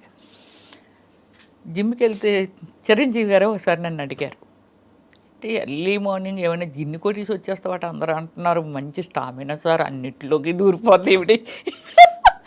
యోగా, జంబా, ఏరోబిక్స్, ఫిట్నెస్ మొత్తం అన్ని, మళ్ళీ స్విమ్మింగ్కి వెళ్ళిపోతాను. షవర్ తీసుకొని 11-11:30కి ఎప్పుడో ఇంటికి వెళ్తాను కూల్గా. సెటిల్ ఆడిన రోజు ఒక్కరోజే ఇంటికి ఎర్లీగా వెళ్ళిపోతాను. 4కి లేస్తాను నేను ఎప్పుడు రోజు. అది అలారం అక్కర్లేదు, ఏం అక్కర్లేదు, 4కి వచ్చేస్తారు. పిట్టలు అరవకముందు నేను లేస్తాను, తర్వాత పిట్టలు అరుస్తూ ఉంటాయి. ఏం చేస్తారు లేచి ఫస్ట్ యోగా, కొంచెం ఫిజికల్ యాక్టివిటీస్, ఇవన్నీ. కాఫీ టీ తాగను, కర్డ్ కూడా రేరు, బటర్ మిల్క్ తాగుతాను. కాఫీ టీ మంచి నాన్ వెజ్ ప్రియురాల్ని. అలాని వీక్లీ వన్సే, రైస్ కూడా కాదు. సో అయితే మీరు జిమ్ ఇప్పటికే వెళ్తున్నారు ఆ జిమ్కి? ఏది మానేను నేను, ఏది మానేను. ఇప్పుడు లెగ్స్ ఇలా స్ప్రెడ్ చేస్తాను, బ్యాక్ బెండ్ చేస్తాను, లెగ్ ఇలా స్కై ఇది చేస్తాను, అన్నీ చేస్తాను నేను ఇప్పటికీ కూడా.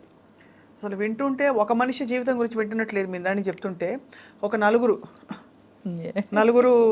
రమ్యశ్రీలు మీలో ఉండి వాళ్ళందరూ కలిసి ఒక రమ్యశ్రీగా తయారైనట్టు. అంటే you have achieved so much in a short span. And మీకు ఇష్టం వచ్చినట్టు మీ టర్మ్ ఎప్పుడు నవ్వుతూనే ఉంటాను. నన్ను నేనే ప్లాన్ చేసుకుంటాను, ఎవరి హ్యాండ్లోనూ పెట్టను, నాకు నచ్చదు. ఎప్పుడైనా దిగాలేసి ఏడుస్తారా? ఎప్పుడైనా? నాకు అసలు ఏడిపే రాలేదు ఎప్పుడు. మన వల్ల ఇతరులు ఏడ్చారా ఎప్పుడైనా? అది కూడా లేదండి. అది ఇంకా నేనేమైనా ఫీల్ అయిన డే చెప్పాను కదా, 5 కోట్లు అలా పోయినా ఎవరితోని నేను షేర్ చేసుకోను. నా ఫ్యామిలీ కాదు, బ్రదర్స్ కాదు, ఎవరితోనూ పంచుకోను. నన్ను ఏదైనా రిక్వెస్టింగ్ ఏదైనా హెల్ప్ అడిగారు అనుకోండి, వీలైనంత వరకు చేయటానికే ట్రై చేస్తాను. చాలా చేసేసాను నేను, బ్యూటిఫుల్, చాలా చేశాను.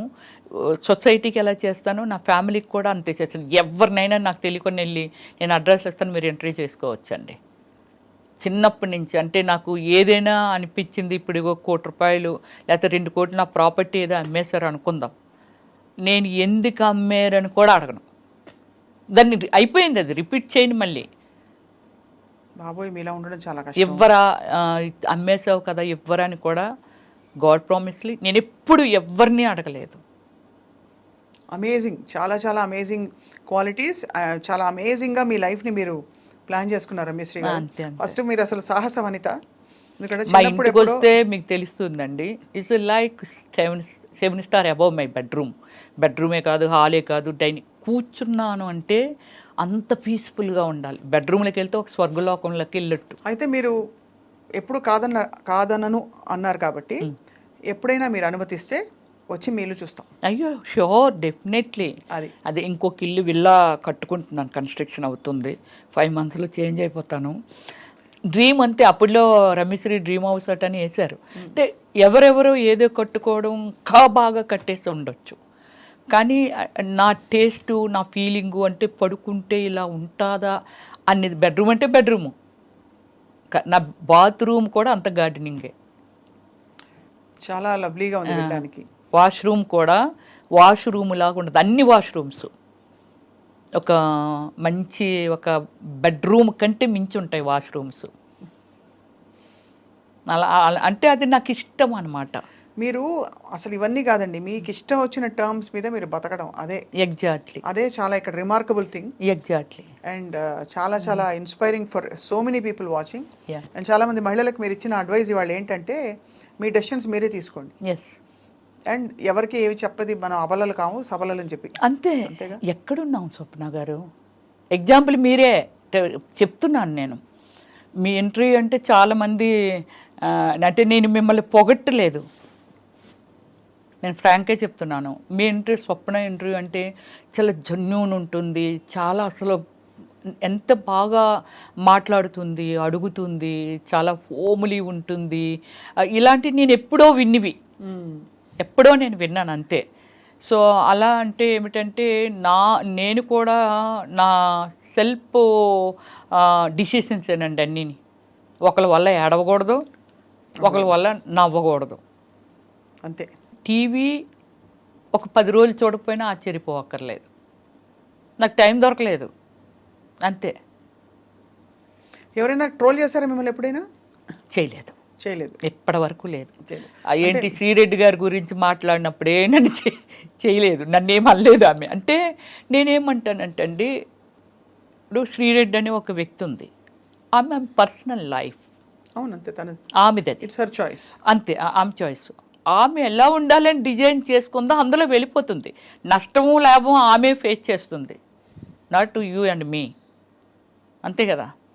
సో అలాంటప్పుడు నేను ఒకటే పాయింట్ ఆమె గురించి మాట్లాడమంటే చెప్పాను. తప్ప రైట్ అనేది నిర్ణయం తీసేసుకుంది, అయిపోయింది, దాని గురించి మనం ఆర్గ్యూ చేసాం, అనవసరం. కానీ ఫీల్డ్లో ఇలా ఉంటారనుకుంటే చాలా తప్పు. పాడైపోవడమైనా బాగుపడమైనా మనమున్నాము. సొసైటీ నుంచి నువ్వేం తీసుకుంటున్నావు, అంటే నీకేం కావాలి, ఏం తీసుకుంటున్నావు, దాన్ని బట్టి మనం ఫెయిల్యూర్ ఆర్ సక్సెస్ అనేది తెలుస్తుంది. ఆమె ఆ పాయింట్ తీసుకుంది. నన్ను వాళ్ళు వేధించారు, వీళ్ళు పడుకోమన్నారంటే పడుకోకూడదు. నీకు పడుకోవడం ఇష్టం లేకపోతే పడుకోవడం మాని. దాన్ని ఓపెన్ చేయడం వల్ల నష్టం లాభం ఆమె భరించింది. ఖచ్చితంగా లేదండి. అంటే నేను ఈ విషయంలో తను ఒక పాయింట్ని లేవనెత్తడం, మీకు ఆ ఎక్స్పీరియన్సెస్ అవ్వలేదేమో, మీరు చాలా అదృష్టవంతులు. అలా అయిన వాళ్ళకి ఖచ్చితంగా ఎలా డీల్ చేయాలో అనేది తన స్టోరీ ఓపెన్ అప్ చేసి అలా చెయ్యడం తప్పన్నాను నేను. అది కరెక్ట్. ఏదైతే ఆమె చేసిందో అది చేయడం తప్పు. పోరాడు, నిన్ను నువ్వెందుకు కించిపెచ్చుకోవాలి, అర్థమైంది. అదే అంతే కదా. ఎందుకంటే తర్వాత బాధలు వాళ్ళకే కదా, కాబట్టి అది రైట్. గుడ్ ఆర్ బ్యాడ్ మనం తీసుకుంటాము. ఏముందండి, పండు ఉంది చెట్టునంటే రాయి ఇసరటందుకి, పండు లేని చెట్టుని ఎవ్వరు ఏమి కొట్టరు, పండుని దగ్గర రాళ్ళు అందరూ ఇసురుతుంటారు. బట్ దాన్ని ఏమిటంటే జాగ్రత్తగా మళ్ళీ ఆ పండు రాలిపోయినా చివరిస్తుంది, మళ్ళీ అన్నీ అవుతుంది, అన్నీ చేస్తుంది. కాకపోతే డిసిషన్ ఈజ్ రాంగ్ అంటాను అంతే. ఆమె ఒక ఎగ్జాంపుల్, నువ్వు చేసింది ఇలా జరుగుతుంది, ఇది తప్పు, ఇలా చెయ్యకూడదు, ఇలా బిహేవ్ చేస్తున్నారు అనేది అలా చెప్పుంటే ఇంకా చాలా దూరం వెళ్ళి ఉండేది అది. కానీ నీకు నువ్వుగా శిక్ష వేసుకున్నావు. అంటే అది చాలా మందికి తప్పుకి రైట్కి మధ్య ఉండే ఒక ఏమంటారు క్లారిటీ లేకపోవడం. అది బికాస్ చాలా మంది ఇరుక్కుపోతారండి ఆ సిచ్యువేషన్ లో. ఎలా బయటపడి చేసింది ఆమె. మీకు మోడలింగ్ కోసం వాళ్ళు తీసుకెళ్ళినప్పుడు మీరు ఎలా అయితే కార్ లో ఇరుక్కుపోయారు, ఇక్కడ పరిస్థితి ఒక సిచ్యువేషన్ క్రియేట్ అయ్యి ఇరుక్కుపోయిన వాళ్ళు చాలా మంది ఓపెన్గా చెప్తారు. ఒకసారి నాకు ఏమైందో తెలుసా, నేను చెన్నైలో షూటింగ్లో ఉన్నాను. 10 డేస్లో షెడ్యూల్ అయిపోతుంది అనుకునేది 13 డేస్ పెట్టింది, 3 డేస్ ఎక్స్ట్రా పెట్టింది. కొంచెం డిస్టర్బ్ అయ్యారు, లాంగ్ షెడ్యూల్ కదా. నాకు ఇంట్లో ఒక సర్వెంట్ ఉండేది, నాతో పాటు ఒక ఆమె వచ్చేది, ఒక ఆమె ఉండేది, ఇంట్లో ఉండిపోయేది. అమ్మ ఎవరో వస్తున్నారు, మీ ఫోటోలు అంట అవి అంటే నేను ఎప్పుడు మాట్లాడగలను, నైట్ ఈవినింగ్ వరకు స్ట్రైన్ అయ్యి వస్తాం, నైట్ పడుకునే ముందంటే చిరాకు కొట్టేది, అర్లీ మార్నింగ్ అంటే మేకప్ అది ఇది అంతా హడావుడి. ఇలా దాంతో అమ్మ వాళ్ళు ఈరోజు కూడా వచ్చారనేది, అరే మాట్లాడతానులే అనేదాన్ని. ఇలా అని చెప్పి ఫోటోలు కావాలటమ్మ, వాళ్ళు ఏదో సినిమా తీస్తున్నారంటే, నన్ను తెలుసు కదా, అప్పటికే నేను బాగా ఫేమస్ అయిపోయాను. ఫోటోలు అంటున్నారమ్మా అది ఇది అని అంటే, సరే నేను వస్తాను చూసుకుంటానులే అని అన్నా. వచ్చాను కదా, వచ్చిన తర్వాత ఒక అతను వచ్చాడు, అమ్మ మీ ఫోటోలు కావాలమ్మా అంటే, ఆల్బమ్ అది నాకేమీ లేదు బాబు ఆల్బమ్లు అవిని. రమ్మిశ్రీ ఎవరంటే చెప్తారు కదా, అంటే ఇప్పుడులాగా మనమేమి ఎక్కడ చర్చ చేస్తే దొరకవు కదా, ఎవరిని అడిగినా చెప్తారు రమ్మిశ్రీ ఎవరంటే. ఇప్పుడు నన్ను ఆల్బమ్ అది అడుగుతా అంటే, సరే ఫోటోలు ఉన్నాయిలే అని కొన్ని ఇచ్చా. పట్టుకెళ్ళిన తర్వాత వాళ్ళ అబ్బాయిని పంపించిందండి ఆవిడ. ఇప్పుడు ఆవిడ కూడా కళాకారిణి, కానీ ఆవిడ కళాకారిణి అనేది నాకు నిజంగానే తెలియదు. ఆ ఫోటోలు ఇచ్చి అంటే నాకు టైం దొరికినప్పుడల్లా అడుగుతూ ఉండేదాన్ని. సో ఆమె ఎప్పటికీ ఫొటోస్ ఇవ్వట్లేదు. రెండమ్మ తీసేసుకుందరు అంటే, గోల్డ్ స్పాట్ కంపెనీ ఉండేది, ఐడియా ఉందా అమీర్పేట దగ్గర? దాని ఆపోజిట్ గల్లీ. అంటే లైఫ్లో కొన్ని మనము ఫేస్ చేసి అవి మనకి ఎప్పటికీ మెమరీ. మీ రూపాన్ని నేను చూశాను, నాకు ఎప్పటికీ చనిపోయేంత వరకు మీరు ఎక్కడో అక్కడ టచ్ చేస్తూనే ఉంటారు ఇక్కడ. సో సరే ఏంటి ఇవిడి ఎవరిని పంపినా ఫోటోలు ఇవ్వట్లేదేంటి అని చెప్పి అటువైపే వెళ్తూ, మారెడ్డి గారు, నేను అప్పుడు రెంట్కు ఉండేదాన్ని స్వప్న అరోరా కాలనీలో. తర్వాత ఆయన దగ్గరే హౌస్ కొనేసుకున్నాను, ఇప్పుడు అమ్మేశాను కూడా అది. ఆయన, అమ్మ రా అమ్మ నేను అట్టే పోతున్నానులే, తీసుకెళ్తాను, ఆడపిల్లవి నువ్వు, నాకు డ్రైవింగ్ రాదు కదా, నాకు జన్ కారు ఉండేది కానీ డ్రైవింగ్ రాదు. వెళ్ళా, అయితే అక్కడ పెద్ద ఒక హంగామా ఉంది, డ్రింక్ చేసేవాళ్ళు తినేవాళ్ళు ఒక 6-7 మగవాళ్ళు వీళ్ళంతా. ఈ వాతావరణం నిజంగా నాకు తెలియదు. ఏంటమ్మా వీళ్ళు ఎలా తాగుతున్నారు, వీళ్ళు ఏంటి వీళ్ళు ఇదేంటి అలా అనుకున్నాను. సరే నా ఫొటోస్ ఇచ్చి వెళ్ళిపోతాను అన్నా. అంటే ఏమిటో కథ చెప్పింది, నా కూతురు అలాగైపోయింది, నేను అతనికి 2వ భార్య, అతను ఎవరో తెలియదు, నాకు ఏదో చెప్తుంది, నువ్వు హెల్ప్ చేయాలంటే ఏ విధంగా చేయాలి అన్నాను. అంటే అలా కదమ్మా నీ హెల్ప్ కావాలి తల్లి, నా కూతురు అనుకో నువ్వు అని. సరే నా ఫోటోలు ఇవ్వు, సరే నేను ఏదో ఒకటి చెప్తానులే అని అనుకొని వచ్చేసాను. అదే రోజు నైటు విపరీతమైన వర్షం, సినిమా సీన్ లాగే ఉంది. ఒక అబ్బాయి ఫుల్గా డ్రింక్ చేసి మా ఇంటి మెట్ల దగ్గరికి వచ్చాడు. ఎదురుగా ముస్లిమ్స్ ఉంటారు, అంటే ఆపోజిట్ హౌస్. నేను లేను, మా సర్వెంట్ తీసింది డోరు, మాకు గ్రిల్ ఉండేది ముందని. తీస్తే అబ్బాయి వచ్చి, అమ్మ నా రింగ్ పట్టుకొచ్చేసారు కదా ఇచ్చి అండి అన్నాడు. మీరు నేను తీసుకురావడం ఏంటి, మీరు ఇంకెవరైనా అనుకుంటున్నా, మీరు ఇందాక వచ్చారు కదా, అక్కడ అతను ఉన్నది కూడా మనం చూడలా, మీరు ఇందాక వచ్చారు కదా, నా రింగు అక్క తీసుకుంది మీకు ఇచ్చిందంట కదా, నాకు ఎందుకు ఇచ్చింది, ఎందుకు ఇచ్చిందో, మీ ఇంటికి వెళ్ళి తీసుకోమందని. అప్పుడు 9:30 ఎంత అవుతుంది వచ్చాడు నైట్, ఫుల్ డ్రింక్, వాళ్ళ ఇంటి దగ్గర నుంచే అక్కడ డ్రింక్ చేస్తున్నాడేమో వచ్చాడు.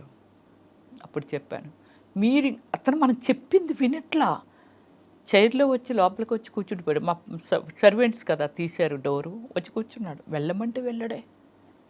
మీరు నమ్మరండి, అక్కడ నా పేషెన్స్ ఎంత ఉందంటే, తల్లిలాగా ఒక మదర్ లాగా అతనికి, ఇంత అందంగా ఉన్నావు, ఇంత బాగున్నావు అమ్మ, ఇలా డ్రింక్ చేసి ఇలా రియల్లీ నేను తీసుకురాలేదు రింగు, చూడ ఆవిడే ఏదో చేసి ఉంటుంది, నా మీద పెట్టింది, నేను వచ్చాను. నాకు అంటే ఒక రీజను అర్థమైంది. ఆలోచించి నాకు ఎందుకు ఇచ్చి ఉంటుంది అంటావు, నాకెందుకు ఇస్తుంది ఆవిడ ఎవరో కూడా నాకు తెలియదు అసలు. వచ్చాను, ప్లీజ్ వెళ్ళిపో, టైం అవుతుంది, నేను ఏదైనా పోలీసులు పిలిచాను అనుకో నీ లైఫ్. అటు సింగపూర్ వెళ్దాం అనుకుంటున్నాడంట. ఆవిడికి నువ్వెలా దొరికేవు, ఆవిడింటికి నువ్వెందుకు వెళ్ళేది, ఒక మదర్ లాగా అలా అలా అలా అలా అలా అలా ఎక్స్ప్లెయిన్ చేసి అతన్ని 11:30కి బయటకు పంపగలిగాను. నా ఓపుకి నాకు నేనే జోహార్ చెప్పుకున్నాను, ఇంత ఓపుక రమ్య అనేది. ఏం చేసేస్తాడో భయం. మామూలుగా ఎవరినైతే కసురుతారు, లేకపోతే పక్క వాళ్ళని పిలుస్తారు, పోలీసులు కంప్లీట్ చేస్తారు. చెయ్యలేదు అసలు, బ్రతిమిలాడే రీజన్ వాడు కరిగాడు. లాస్ట్కి కరిగి అప్పుడు బయటికి వెళ్ళాడు. లోపల ఒక భయము, వీడు ఫుల్ తాగేస్తున్నాడు, టూ యంగ్ అబ్బాయి, ఏమైనా చేసేస్తాడేమో. బాబోయ్, మీరు అసలు మీ ఎక్స్పీరియన్సెస్ మొత్తం అంతా చూస్తే ఒక కథ బుక్ రాశారంటే మీకు అది రాయించండి యాక్చువల్లీ. అంటే మీరు ఇండస్ట్రీకి వచ్చిన తీరు, ఆ కార్లో అయిన ఇన్సిడెంట్, ఇలాంటి బోల్డ్ జరిగి ఉంటాయి. అవన్నీ కలిపి నిజంగా రమ్యశ్రీ గారు మీరు ఎలా బయటపడ్డారు? బయటపడడం అంటే చెప్తున్నాను కదా, నాకు ఓపిక ఎక్కువ స్వప్న గారు. తర్వాత మీరు భయపడరు మెయిన్. ఫస్ట్ అది ఏదైనా అవనియండి, నేను వచ్చి కొన్నిట్ల మీద పెట్టి దగ్గర ఒక 15 crores పోగొట్టుకున్నాను. నాకు గాడ్ ఫాదర్ లేక, అంటే చెప్పేవాళ్ళు లేక, ఓ దీని మీద అయితే ఇది పెరుగుతుంది, ఇదైతే ఇలాగ అవుతుంది, ఆ పాపం ఇలా అడుగుతాను ఇచ్చేస్తారా అట్లే, ఇలా ఇలా ఇలా అనుకొని పోగొట్టుకొని ఉంటాను. కానీ ఏ రోజు దాని గురించి నేను ఆలోచించిన రోజు నాకు ఇంకా రాలేదు. ఆలోచించను నేను. మళ్ళీ రేపు స్టార్ట్ అవుతుంది వన్ డే, దానికోసం ప్రయత్నం చేస్తాను నేను. బ్యూటిఫుల్. పోయిన దాని గురించి నెవర్ థింకింగ్, ఇలా ఆలోచిస్తాను నేను. ఏదైనా నేను చెప్తున్నది everything is true. Of course. అంటే వి బిలీవ్ మీరు వచ్చి మీరు ఇంత మీ కథ అంతా చెప్పుకోవడం, మీ జరిగిన ఎక్స్పీరియన్స్ చెప్పుకోవడమే ఖచ్చితంగా మిమ్మల్ని నమ్ముతున్నా. అంటే మీ ఎక్స్పీరియన్స్ ఎంత రియలో అర్థమవుతుంది. ఒక అబ్బాయి చెప్పాడండి, ఓమల్లి సినిమా చేశాను కదా, వాళ్ళ పేరెంట్స్ ఓమల్లి అంటే ఆ నలుగురు అనేది ఒకటి ఏదో వచ్చింది కదా అప్పుడులో, మీరు వినేవాళ్ళు. సినిమాలు, చిన్న సినిమాలు రిలీజ్ అవనివ్వట్లేదు, థియేటర్స్ ఇవ్వట్లేదు, సో ఇప్పుడు ఆ మూవీస్ బయటికి వెళ్ళట్లేదు, అది ఇదని డేర్ అండ్ డాష్తో రిలీజ్ చేశాను. సినిమా యూట్యూబ్లో పెట్టిన తర్వాత ఎవరో నా ఫ్యాన్, వాళ్ళ పేరెంట్స్ సినిమా చూసారట. ఇంత అందంగా ఉంటుంది, అమ్మో ఇంత బాగుంది, ఎందుకు అలాంటి క్యారెక్టర్లైజ్ చేస్తుంది ఆవిడని. అప్పుడు దాకా నా మీద ఉన్న ఒపీనియను, ఏంటి ఇలాంటి క్యారెక్టర్లు చేస్తుంది ఇవిడి అనేవాళ్ళు. అంటే ఎప్పుడైనా సినిమాల్లో సీన్ వస్తే, ఈ అబ్బాయికి అంత ఒపీనియన్ ఏమీ లేదు నా మీద. ఎవరో ఒక ఫ్యాన్, వాళ్ళ పేరెంట్స్ అంటున్నాడు, అమ్మో ఎలా చేసిందో తల్లి అలాగన్నారంట. అబ్బాయి నాకు ఫోన్ చేసిన థర్డ్ డే అబ్బాయి యూఎస్ఏ వెళ్ళిపోతున్నాడు. ఫోన్ చేసి నాతో చెప్తాడు, ప్లీజ్ మేడం అలాంటి క్యారెక్టర్ చేయకండి, నా పర్సనల్గా ఫీల్ అయ్యి చెప్తున్నాను, very very extraordinary human being, అన్ని షేడుల్లోనూ మీరున్నారు, కానీ సినిమాలో మీరు చేసిన క్యారెక్టర్ చూస్తే చాలామంది ఈవిడ ఎలాంటిదో అంటే సినిమాలో క్యారెక్టర్ని బట్టి, మీ పర్సనల్ లైఫ్ ఎవ్వరికీ తెలియదు, కానీ సినిమాలో క్యారెక్టర్లు బట్టి మిమ్మల్ని తప్పుగా అనుకుంటారు, చీప్గా అనుకుంటారు. కానీ ఓమల్లి సినిమా మీ టాలెంట్ చూసిన తర్వాత ఎందుకు ఈమె ఇలాంటి క్యారెక్టర్లు చేస్తుందా అని నాకు అనిపించింది మేడం. ప్లీజ్ మేడం ఇంకెప్పుడు ఎలాంటి క్యారెక్టర్స్ అన్నాను నేను. ఒక హీరోయిన్ ఉంది, హీరోయిన్ షార్ట్ డ్రెస్ వేయట్లేదా?